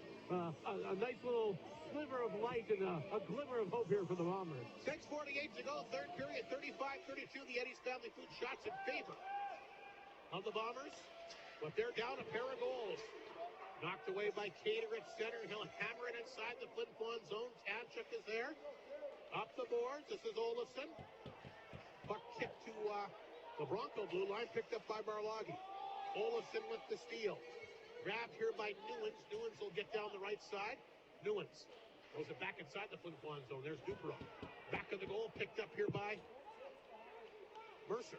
He'll take off to center. Mercer will flip it in. It's wide of the mark. Picked up here by Lacombe, back of the goal. Miles will get to it. Miles down the ice for Newens. He'll chip it back inside Flin Flon territory. 6:02 to go as Richmond picks up the bouncing puck. Richmond at center ice. Kane can't pick up the pass. It'll roll back in Humboldt territory. Miles is there. Hard off the glass. Puck out, cleared out. Chance for a 2-on-1 here. Richmond there to break it up, though, as he had Ceccarelli and Bell. Look out! Richmond loses an edge, goes down hard back of the net. Puck comes in front. They got Soretsky tied down. There's a chance. Off the stick goes wide of the bomber net. Valencia back off the boards, back inside Humboldt territory. Barloggy. Decatur to Soretsky at center. Bell lost the handle. Valencia puts it back across the Humboldt line. This is Barloggy. Back up the middle. Valencia tripped up here. Ceccarelli will feed this one back. Cater's got to go back with Silvestri on him. Puts one almost too many men on the ice box, struck it out, then leaps back over the boards. That's been a problem all year long, those sloppy changes. Haven't had one called on in the playoffs yet, though. I'm still waiting for that. You're right, though. It has been an issue. Down the ice it goes. Flin Flon will race after it. It's an icing call. Mueller says he beat it from the play. The linesman says, no, you did not. And the face-off back in Flin Flon territory. We're down to 5:03 remaining. Yeah, the Bombers had got a little bit of chances there with that Silvestri and Blocker catch, but boy, just slowing things down. That's what the Humboldt Broncos want to do here. So they want to take as much time as the clock as possible. The Bombers haven't really had that sense of urgency yet, and I think that they've been needing ever since they were down even one goal, even more now that they're down by 2. Again, having a tough time finding room, though. That puck goes to the Bronco blue line, broke it up. Here comes Van Blaricom. Made a good move there. Van Blaricom out front to Kim, but Buckler will intercept that. Here's the pass to Silvestri. He'll take off back the other way. Silvestri's backhander. Motu gets his left pad on that. He's got the rebound. He'll hang on. At what point do you think Mike Reagan looks to get the goaltender out for the extra attack? Well, if it was you'd pull him out halfway through the second. That's right, I would. I would say maybe a minute and a half. It all depends. It's got to be in the Humboldt zone. That's the problem that the Bombers have had. You have to have control of the puck, too, probably, right? That would help. See, Jason Tartanek and I from the same school. Pull the goalie, whatever. Oh, yeah. You with Patrick Waugh, your professor, I guess? Off the face-off, Barloggy. Oh, just gets it out. Bridger was there to get it at center. Got out of his reach. Flin Flon will poke it back to Bronco line after by Barloggy. There's a reason why Patrick Waugh ain't coaching anymore. I know. Mike Keenan's in Russia. I'm not ruling maybe him out coaching, I don't know. I'm not ruling him out for Montreal next year. Pass up the middle. They try to get Mueller, but they're broken up there by Roy and Marburg. Marburg at center. We'll send it back inside the Flin Flon zone. King will touch up back of the net. Still plenty of time to go with 4:14. You know, Flin Flon can get that goal, get that crowd jacked up. Raphael could be a real interesting finish. Yeah, I think if they can get it to 1, they can make it at least interesting towards the end. But the Humboldt Broncos are going to they're kind of doing just what they used to do on the penalty kill, and that's a very aggressive forecheck. Yeah, they're sitting up at center ice and really not letting Flin Flon get a lot of sustained pressure. But there's a chance for Gillette off the face-off. He races towards the front of the net. Great crowd tonight, 1,117. The announced attendance here tonight. Hoping they could see a dramatic ending tonight. Who knows? A couple late goals by the Bombers and maybe overtime here tonight, Raphael, giving the fans their money's worth. Well, if we do see that, they may have to reinforce the old barn here tonight. And the Flin Flon Bombers got about 4 minutes and 9 seconds to give them something to cheer about. Zilke Mercer face off to the right of Motu with 3-1 Humboldt lead. Needing to hold on tonight to get it back to the Elger Peterson Arena for Game 5 on Friday. This is Kane. That was a good chance, and Motu got a stick on that and pushed it out. Miles will pick it up. He'll lift it off the boards. It comes to center. Poole knocked that one down. Zilke on top of it. Played it back to Miles. Ahead to Marburg. Marburg one-on-one here against Richmond. Marburg to the outside, a backhander. Oh, he got drilled there. I think King came over Moole came over and took him down. Save is made by Laser Hume. 3:46 to go. And the fans have certainly not given up here tonight. Continue to make noise and have fun and open. The Bombers could get rewarded with a big goal here. There is a nervous energy, though, in the crowd. They are waiting to explode over something, and it's up to the Bombers to give them a reason to get at least down to 1 goal. Ceccarelli to face off against Galentia. We've seen a lot of Galentia tonight. This has been an absolute spark plug for the Bombers. Has their only goal. Poole fights off a check back of the goal around the boards to Kane. Back to, look out. That's a high stick. There's a high stick for sure. Mercer take it down. So Flin Flon, here's a chance, Raphael. 3.5 to go. Mercer, is he cut? If he is, it'll be a double minor here. I wonder if he got him just underneath the visor there. Yeah, a high sticking penalty for sure to Barloggy. And that's their top defenseman. Great chance there for the Bombers late. Their 6th power play of the night. The Poland goalie go 6-on-4 now. You may have to do it. Pepsi Power Play contestant Bob Penner, if the Bombers score, will get himself a case of Pepsi courtesy of Arctic Beverages, because this is the opportunity. There's no goal scorer goes against in the playoff. You lose 4-1, it's the same as losing in overtime. So I think Mike Reagan's got the board out, and he's going to draw something up here. Well, I mean, the game's on the line for them right now. I think that's exactly what the coach is thinking. They got to get one before they can get two. So 3.5 to go. It's a penalty to Berlagi. I think it's a high sticking call. There's no doubt about it as he cracked it here at center ice. And again, it'll be interesting to see if he does pull the goalie and go 6-on-4. I don't think he's going to do it right now from the body language where Laser Hume is on the ice here. Well, he's drawing something up. He's got the whiteboard out. No real... The assistant coach is doing the work for the Humboldt Broncos as Scott Varney is just making sure that the game goes into the deep freeze here, a little more animated, and a little more of a set play coming from the Bomber bench. So here we go, the big opportunity for the Bombers with 3.5 to go. They have not scored on the power play in this game. They're going to get a chance late. We'll keep our eye on Laser Hume to see if they go for a 6-on-4. He is starting way out. He's looking at the bench here. They've got something drawn up, like you said. He's above the hack marks here. Mike pointed at him. I think they get control of it. So this set for the face-off here. Again, Silky, the captain. The puck will go to the corner, picked up by Miles. He's going to try and freeze it up here. Flin Flon quickly got it out. Great job there by Mercer. Puck out front to Richmond. There's a chance. Oh, it just missed. Dubrow will pick it up. Back out front. Nice crisp pass to Bockler. Bockler hangs on to it. Back to Richmond. His shot out front. It goes wide again. Dubrow will hold it in at the point. Laser Hume still in his net, by the way. 1.5 minutes to go in the power play. Puck back of the Bronco goal. Miles is after it again. Bockler will try to chip it away from him. Puck is laying back of the Bronco net as Bockler finally works it free to Richmond. Richmond knocked it down. Out front to Dubrow. Quick chance shot! Hits Silvestri in front. Laser Hume doesn't know where it is. No, he doesn't. Lacombe will get a hold of it. Down the ice it goes. 1:10 to go in the power play. 2:44 remaining. Flin Flon deep in their own end. Here comes Richmond. Center ice to Bockler. Back to Richmond. Beats that one across. This is Dubrow. Whiffed on that one. There goes the goalie to the bench. Raphael. Top of the circle for Bockler. Flin Flon going for broke here. 6-on-4 opportunity. Can Richmond hold it in? No, he can't. It gets away from him. Comes back to center. Dubrow takes the pass. Back across the Bronco line. Trying to feed it back out front. Motu got a stick on it. Puck now at the back of the net. Back around the board, turn to Richmond. Richmond in tight this time for Bockler. Back to Richmond. Back to Dubrow. Hammers it. Knocked out in front. Rebound. Oh, fired wide by Kane. What a chance. Broncos get the puck. Empty net. They score. And the Humboldt Broncos are going to get this back to the Elgar Peterson Arena for Friday night. What a chance by Zach Kane Raphael. He misses the net.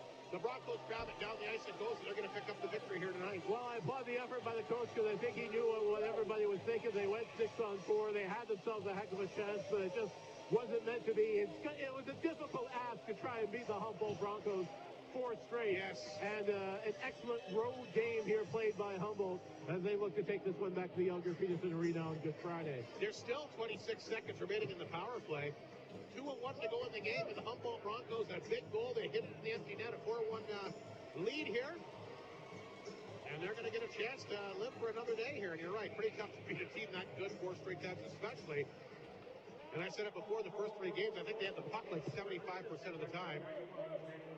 Podolak will get the goal. Fitting, he's had a great game here tonight. So the Broncos, an unassisted goal by Podolak. And it's a 4-1 Humboldt lead. 12 seconds to go in the Flin Flon power play. They'll get it in deep.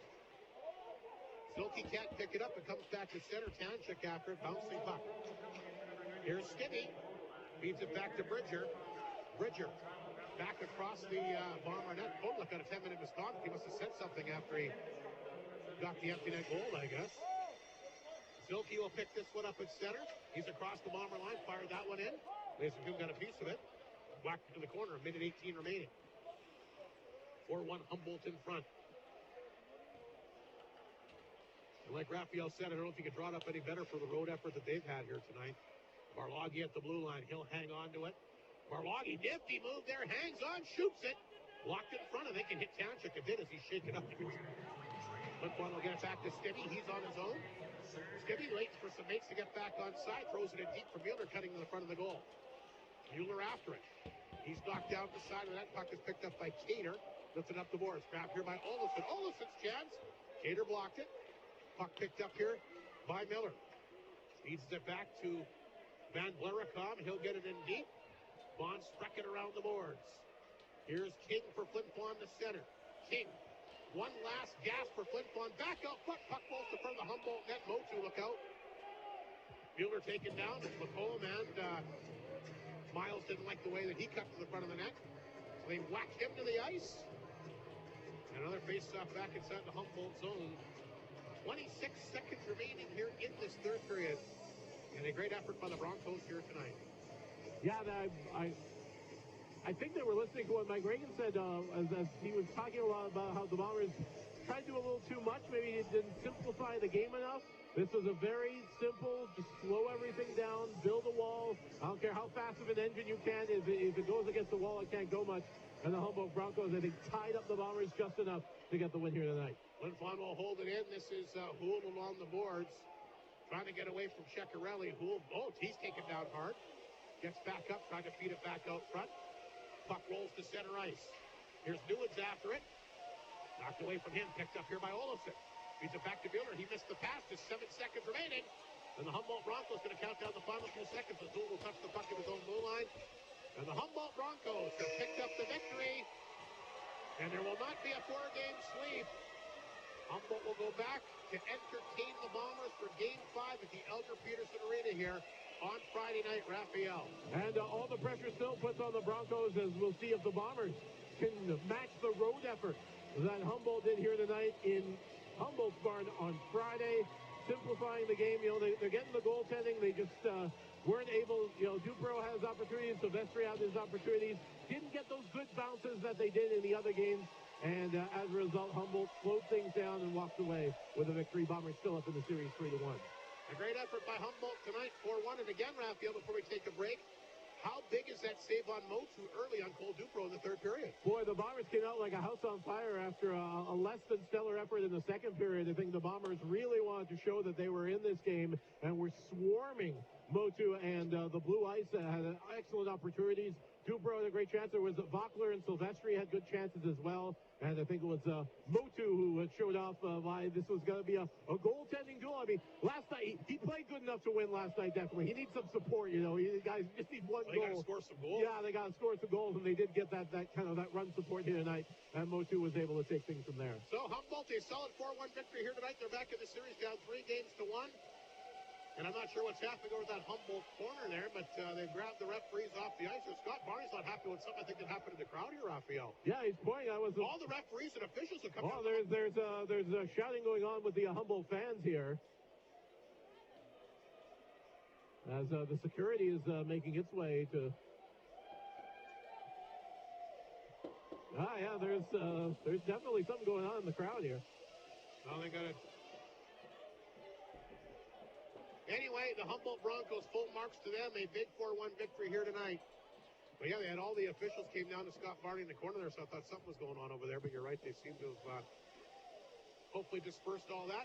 We'll take a break, Raphael. Lots of stuff coming up. We're going to have, of course, the final scoring summary, all the post-game show awards, and the Great North post-game report, all still to come from the Whitney Forum once again tonight. Broncos win 4-1 the final here on 102.9 CFER and FlinFlonOnline.com.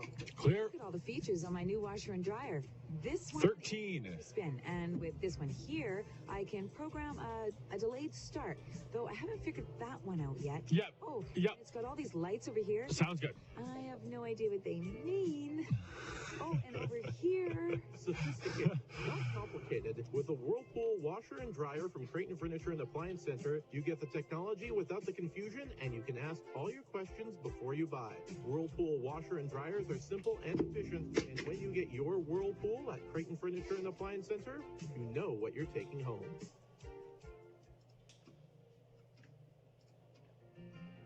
It's that feeling you get, and it comes from Creighton's Pizza. There's one slice left, one chicken wing, just enough salad to fill your plate. With friends, family, you can evenly divide it up and share. But it's Creighton's Pizza, so you're going to take it all for yourself. Shove, claw, no holds barred. 688-2080, Creighton's Pizza, fight for the last slice.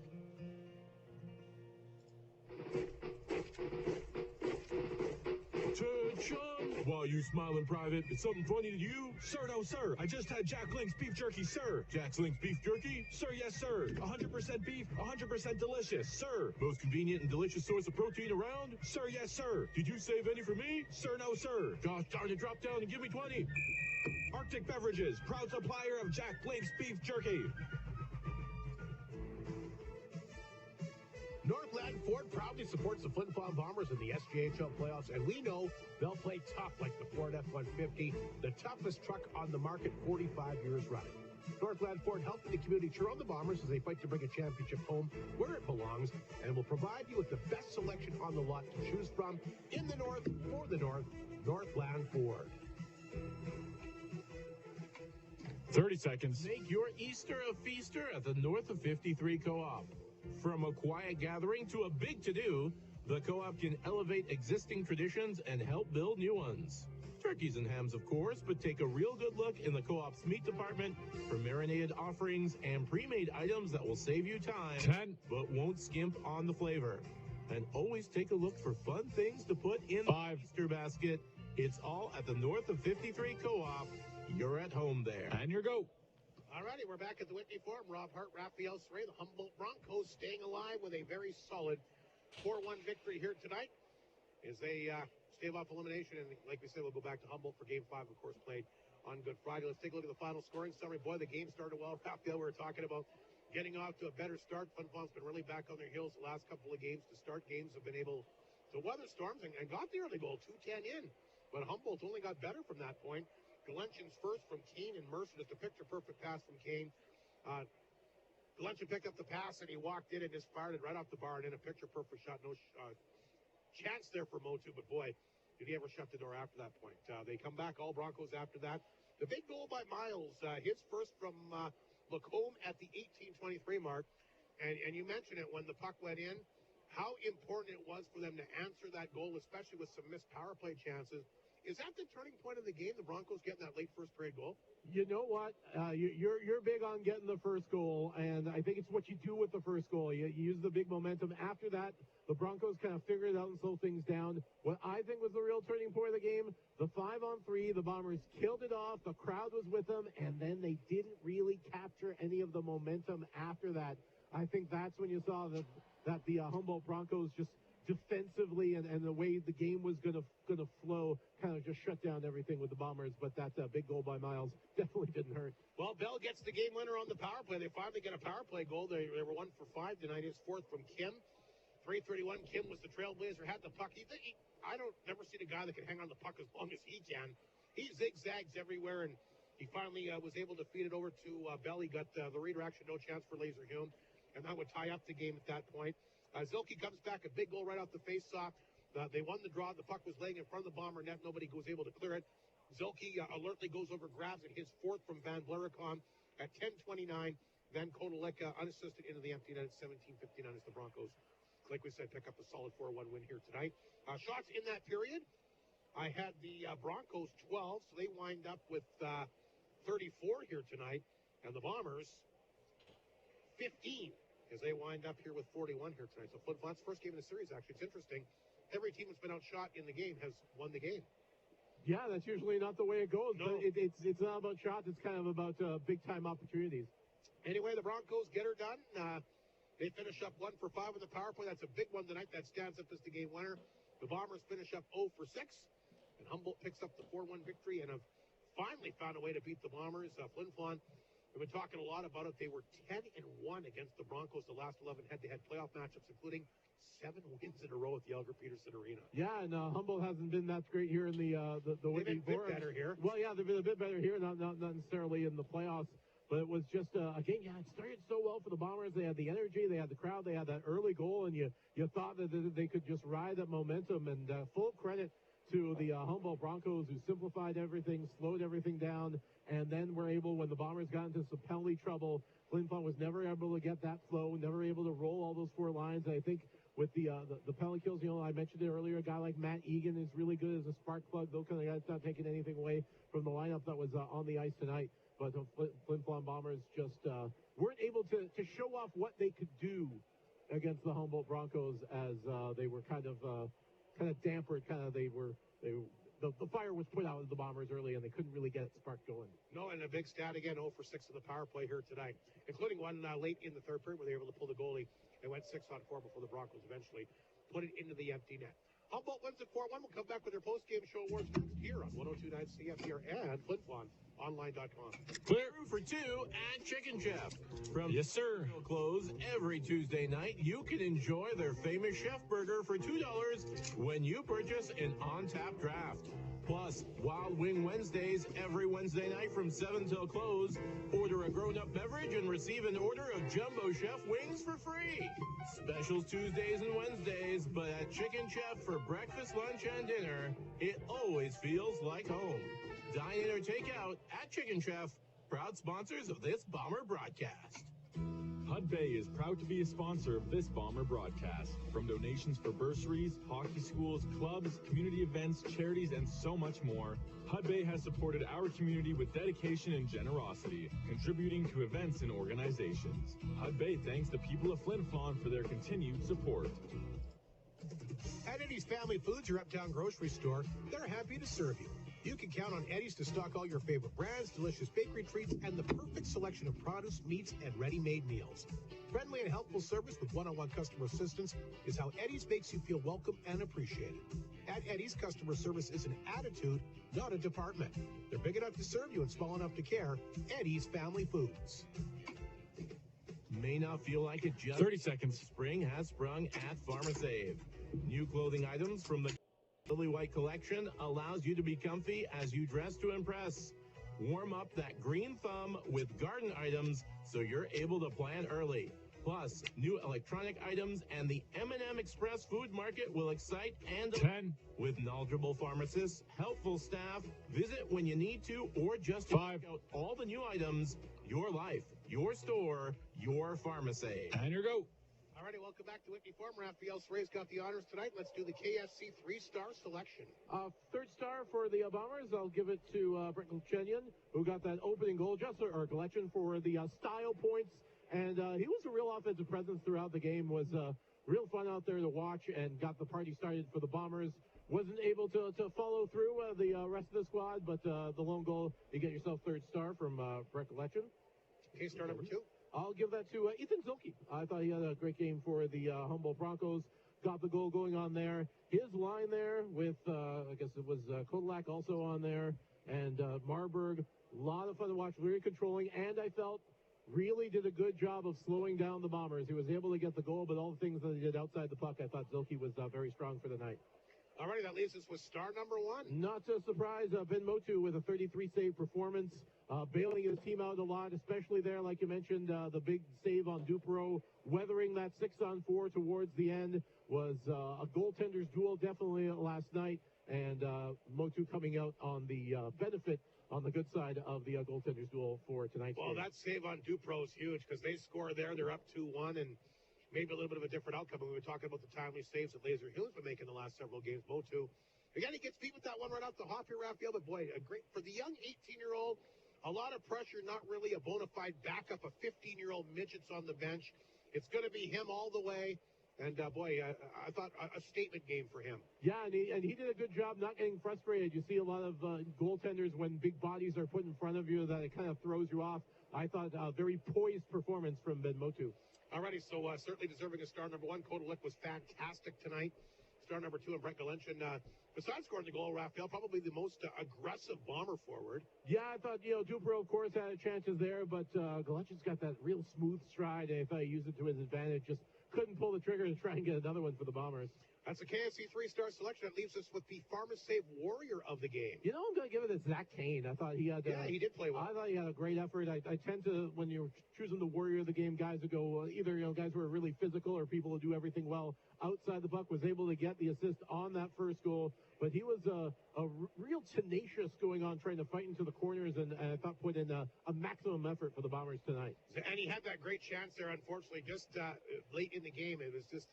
got it, just missed the net. A great chance, got out front. He puts it in there. Who knows what happens? But I thought the last couple of games that Zach Kane's starting to come around here, and they'll need him down the stretch, because I'll tell you what, it will not be easy to try to pull that one out in Humboldt on Friday night. One of those Bombers has the pucker, not afraid to go to the net, just in case something happens, just in case one of those funny hops or neat bounces come in. He goes right there and he drives, and he always kind of makes it uncomfortable for any netminder. All righty, we'll take one last break. I'm not sure if Mike Reagan will be joining us here or not tonight.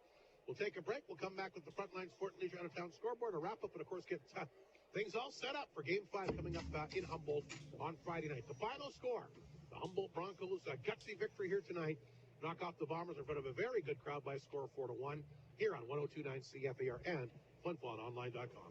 Clear. North GM is all about quick Yes, sir. approval. A fast delivery process where all applications are accepted for all types of credit situations. Guaranteed low rates and a great selection of new and pre-owned vehicles, like our 2023 Chevy Silverado Custom Trail Boss, only $311 bi-weekly. Come get your brand new or new to you pre-owned vehicle at Great North GM in the Paw, where completely satisfied is more than just a slogan.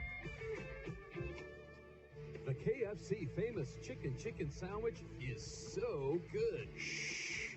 This isn't a library, and I'm not even being loud. That's enough with the high volume. Sheesh. I'm all for letting people know about the triple breaded buttermilk marinated filet, but you could have caused permanent damage. You're getting on my nerves. The best way to relax is with the KFC famous chicken sandwich in a box meal and a large... Don't you dare say it! So loud! So good. Bailey Homes knows that you want your home to be just that, your own. Their ready-to-move homes and on-site builds are customized so that you get exactly what you want. Bailey Homes prides themselves on the quality of the build and providing you with every aspect of their expertise. With years of experience building and moving homes to the north, let Bailey Homes make your dream home a reality. Call toll-free 1-855-773-0217 or visit bailey-homes.ca. Your home is important to you. It's where you feel comfortable, which is why when the 30 seconds and the wind gusts, you need to stay protected. With Jim's Custom Doors and Windows, from the installation of new windows and doors to the replacement of old leaky ones, their technicians can provide. And by installing proper airtight seals and harsh weather-approved products, you can keep your home protected while reducing your energy bill by up to 25%. Call Jim's Custom Doors and Windows today, 687-7071. And your go. All righty, we're back at the Whitney Forum. Rob Hart, Raphael Saray, the Frontline Sport and Leisure out-of-town scoreboard tonight. Melfort Mustangs, still a little bit of fight left there, Raphael. They've scored a couple of goals. They're down 3-2 after 2. They're going to need one heck of an effort here for the third period tonight. Yeah, boy, even if they win tonight, I don't really see them. No, that's a tough team to come back and rally enough too. I think the Battleford Stars, after their performance in the regular season, deserve a spot in the finals. And taking nothing away from Melfort and their great goaltender, but I think it might be a little too much for that the Stars have put on. But a heck of an effort for not just folding the tent in the second period. Well, and they got a lot. They've got a lot of guys down with the flu in that right now. Not to make excuses, but I mean, you want to be at full strength when you play Battleford. And I think Melfort's got a lot of guys that are not healthy, but they're battling them tonight. 3-2 is the score once again. North Stars after 40 minutes of play. NHL Finals. The Rangers doubled up on Tampa Bay 6-3. Calgary.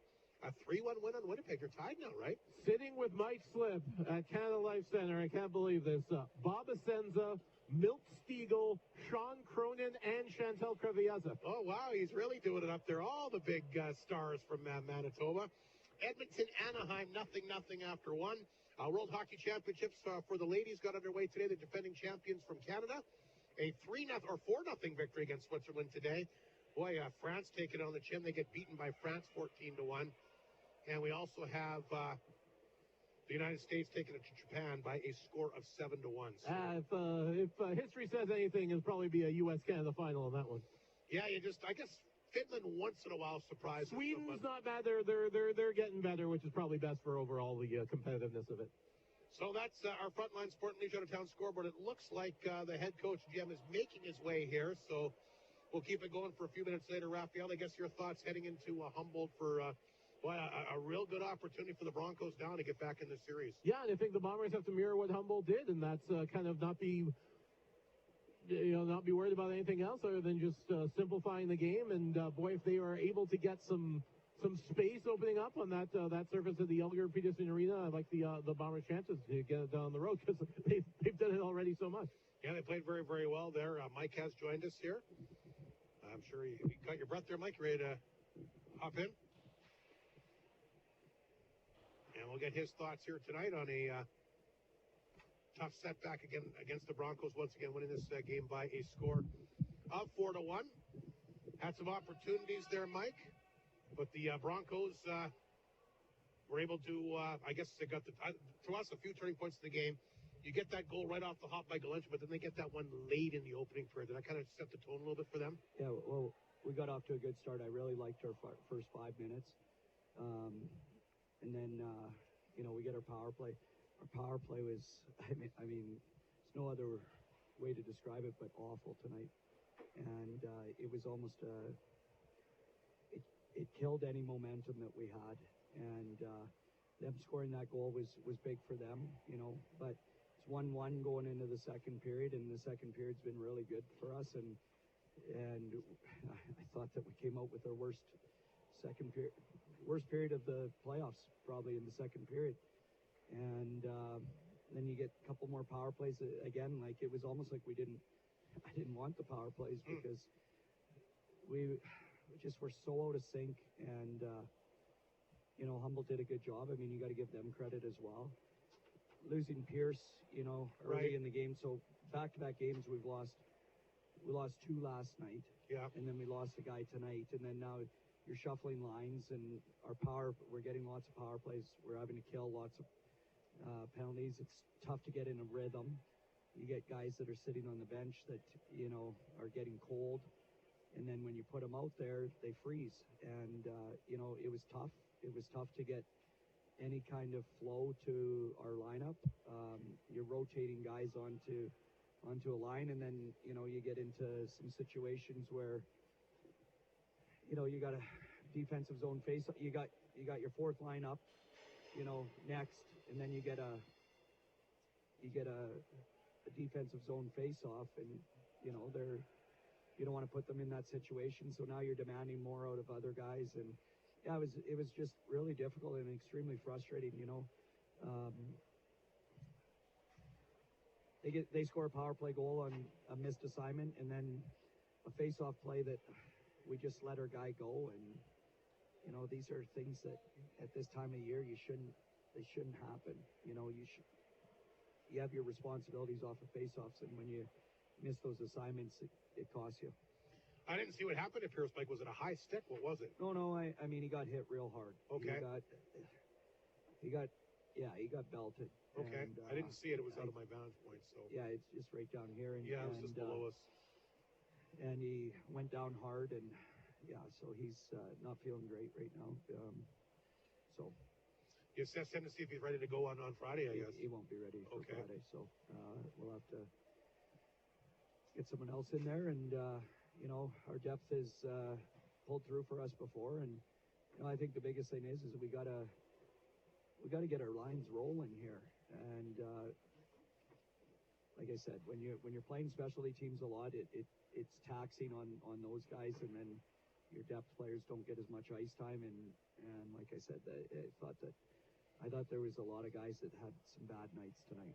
Yeah, I guess it's due to happen sooner or later. I mean, it's just in nature. You can't play great every night. Especially when you play this many games in a short amount of time, like you do in the playoffs. Well, and that's why tonight was so valuable for us, Hardy. Like if we could have got this one done, then you've got some time in between series to rest up, and we definitely need that. But now we've opened that door for Humboldt a little bit, and that's a good team over there. And they're probably excited about Friday night in their building, and we got to put this one behind us and move on. I guess the silver lining is we're up 3-1. Right. They've got to beat us 4 straight, and I mean, that's why you win those games. If anybody thinks that that Humboldt's just going to roll over and just say, yeah, go ahead, sweep us. It's a good team over there, and it's, I would have, wouldn't have put money on in Vegas that we were going to sweep them 4 straight. No, I mean, it's pretty tough. So, I mean, we're frustrated right now, and we're disappointed and that sort of thing, but we're going to wake up tomorrow and, you know, the sun will come up and we'll have a happy bus, and we get to see you one more time on the bus. We get to joke around on the bus a little bit, and so. Well, the one thing about this series, too, Mike, is you still have home ice advantage. Yeah. By winning those first 2 games there. 100%. You know, I mean, it sucks that we lost tonight, but, you know, it's not. We're still in a pretty good position. It is. And again, I guess you just got to kind of regroup. And what do you do now to get ready for Friday, Mike? Do you get guys to look at video? Do you just talk about things? Or you just kind of let it slide? I mean, if you know they didn't play a good game, chances are they probably know themselves they didn't play well as well. They know. You know, they're extremely frustrated with themselves. Every guy can kind of tell. And that sort of thing. But here's the thing. And this is junior hockey. I mean, these guys are young guys. They're 17, 18, 19, 20 years old. And, you know, they're not at that level where realize certain situations. They kind of sometimes don't appreciate the certain situations that we're in and take advantage of them is probably what I'm trying to say. And, you know, they'll wake up tomorrow and they'll be fine. Mike, thanks for this. Good luck trying to close it out now in Humboldt on Good Friday. Thanks, Artie. Mike Reagan, the head coach of the Bombers. His team unfortunately going down tonight by a score of 4-1. We'll bring in Raphael quickly for one last point before we officially wrap it up, Raphael. And, man, this is the first game you've actually got to see, but you listen to a lot of games. I know you follow on closely. Your thoughts on Flin Flon heading back to Humboldt on Friday? I'll tell you, it will not be easy. No, it's not the position. You could hear the frustration in the coach's voice there. I think he echoed a lot of the sentiments that we made during the game. They weren't able to get that flow. Kind of the herky-jerky nature of it really caused problems for the Bombers, you know, going penalties and power plays. And I think you made the statement there that the Bombers were, you know, trying to execute their power play. I think Mike Reagan would be in favor of the execution of the power play. But one thing's for sure, a little bit of adversity, a little bit of desperation, not maybe a bad thing for the Bombers heading into Friday against the Broncos. We'll see. Humboldt lives to play another day, and they certainly have a lot of momentum heading back for game number 5 on Friday night. Of course, we'll be on the air with the Great North GM Coaches Show at 8:10. Remember, it'll be 8:10 Manitoba time at the pregame show. Drop of the puck. Bombers and Broncos game 5 coming up at 8:30. Rap, thanks for jumping in tonight, helping out. Great job emceeing the Flin Flon Minor Hockey Awards. And, of course, we'll have a complete recap and update all the award winners tomorrow. Yes, and tune into the morning show tomorrow for a very special best person in the world, 5 decades in the making. There you go. What time? 7:20, brought to you by The Gateway, right after Jimmy the Janitor. There you go. So that's something to look forward to tomorrow. I want to thank Austin Mattis as well, the Big M back at the CFER studio here tonight. Of course, Scott Barney, Mike Reagan for their comments before and after the game. Our Creighton Pizza player profile, Brock Mueller, and big thanks as well to Marty Martinson, the play-by-play voice of the Battle for Stars, for joining us, giving his insight on that Battle for Melfort series. And I guess since we're still on the air, we'll do one last update on that game. The last time we checked, it was 3-2 North Battleford after 2 periods of play. And right now, as we're taking a look, it is into the third period, I believe. And still 3-2. No, and the third period hasn't officially started yet. But anyway, Battleford a chance to knock them out. And you know that they're going to hope that this series goes 7 games if they get that one done tonight. Well, I think if the Bombers win one more, they would love a 7-game series between the Battleford Stars and the Melfort Mustangs and just pick up the pieces of whoever comes out of that one if it goes the distance. 4-1, Humboldt wins it. A great effort by them. That's the final here at the Whitney Forum. Good night. We'll see you in Humboldt on Friday night. Clear. This has been a presentation.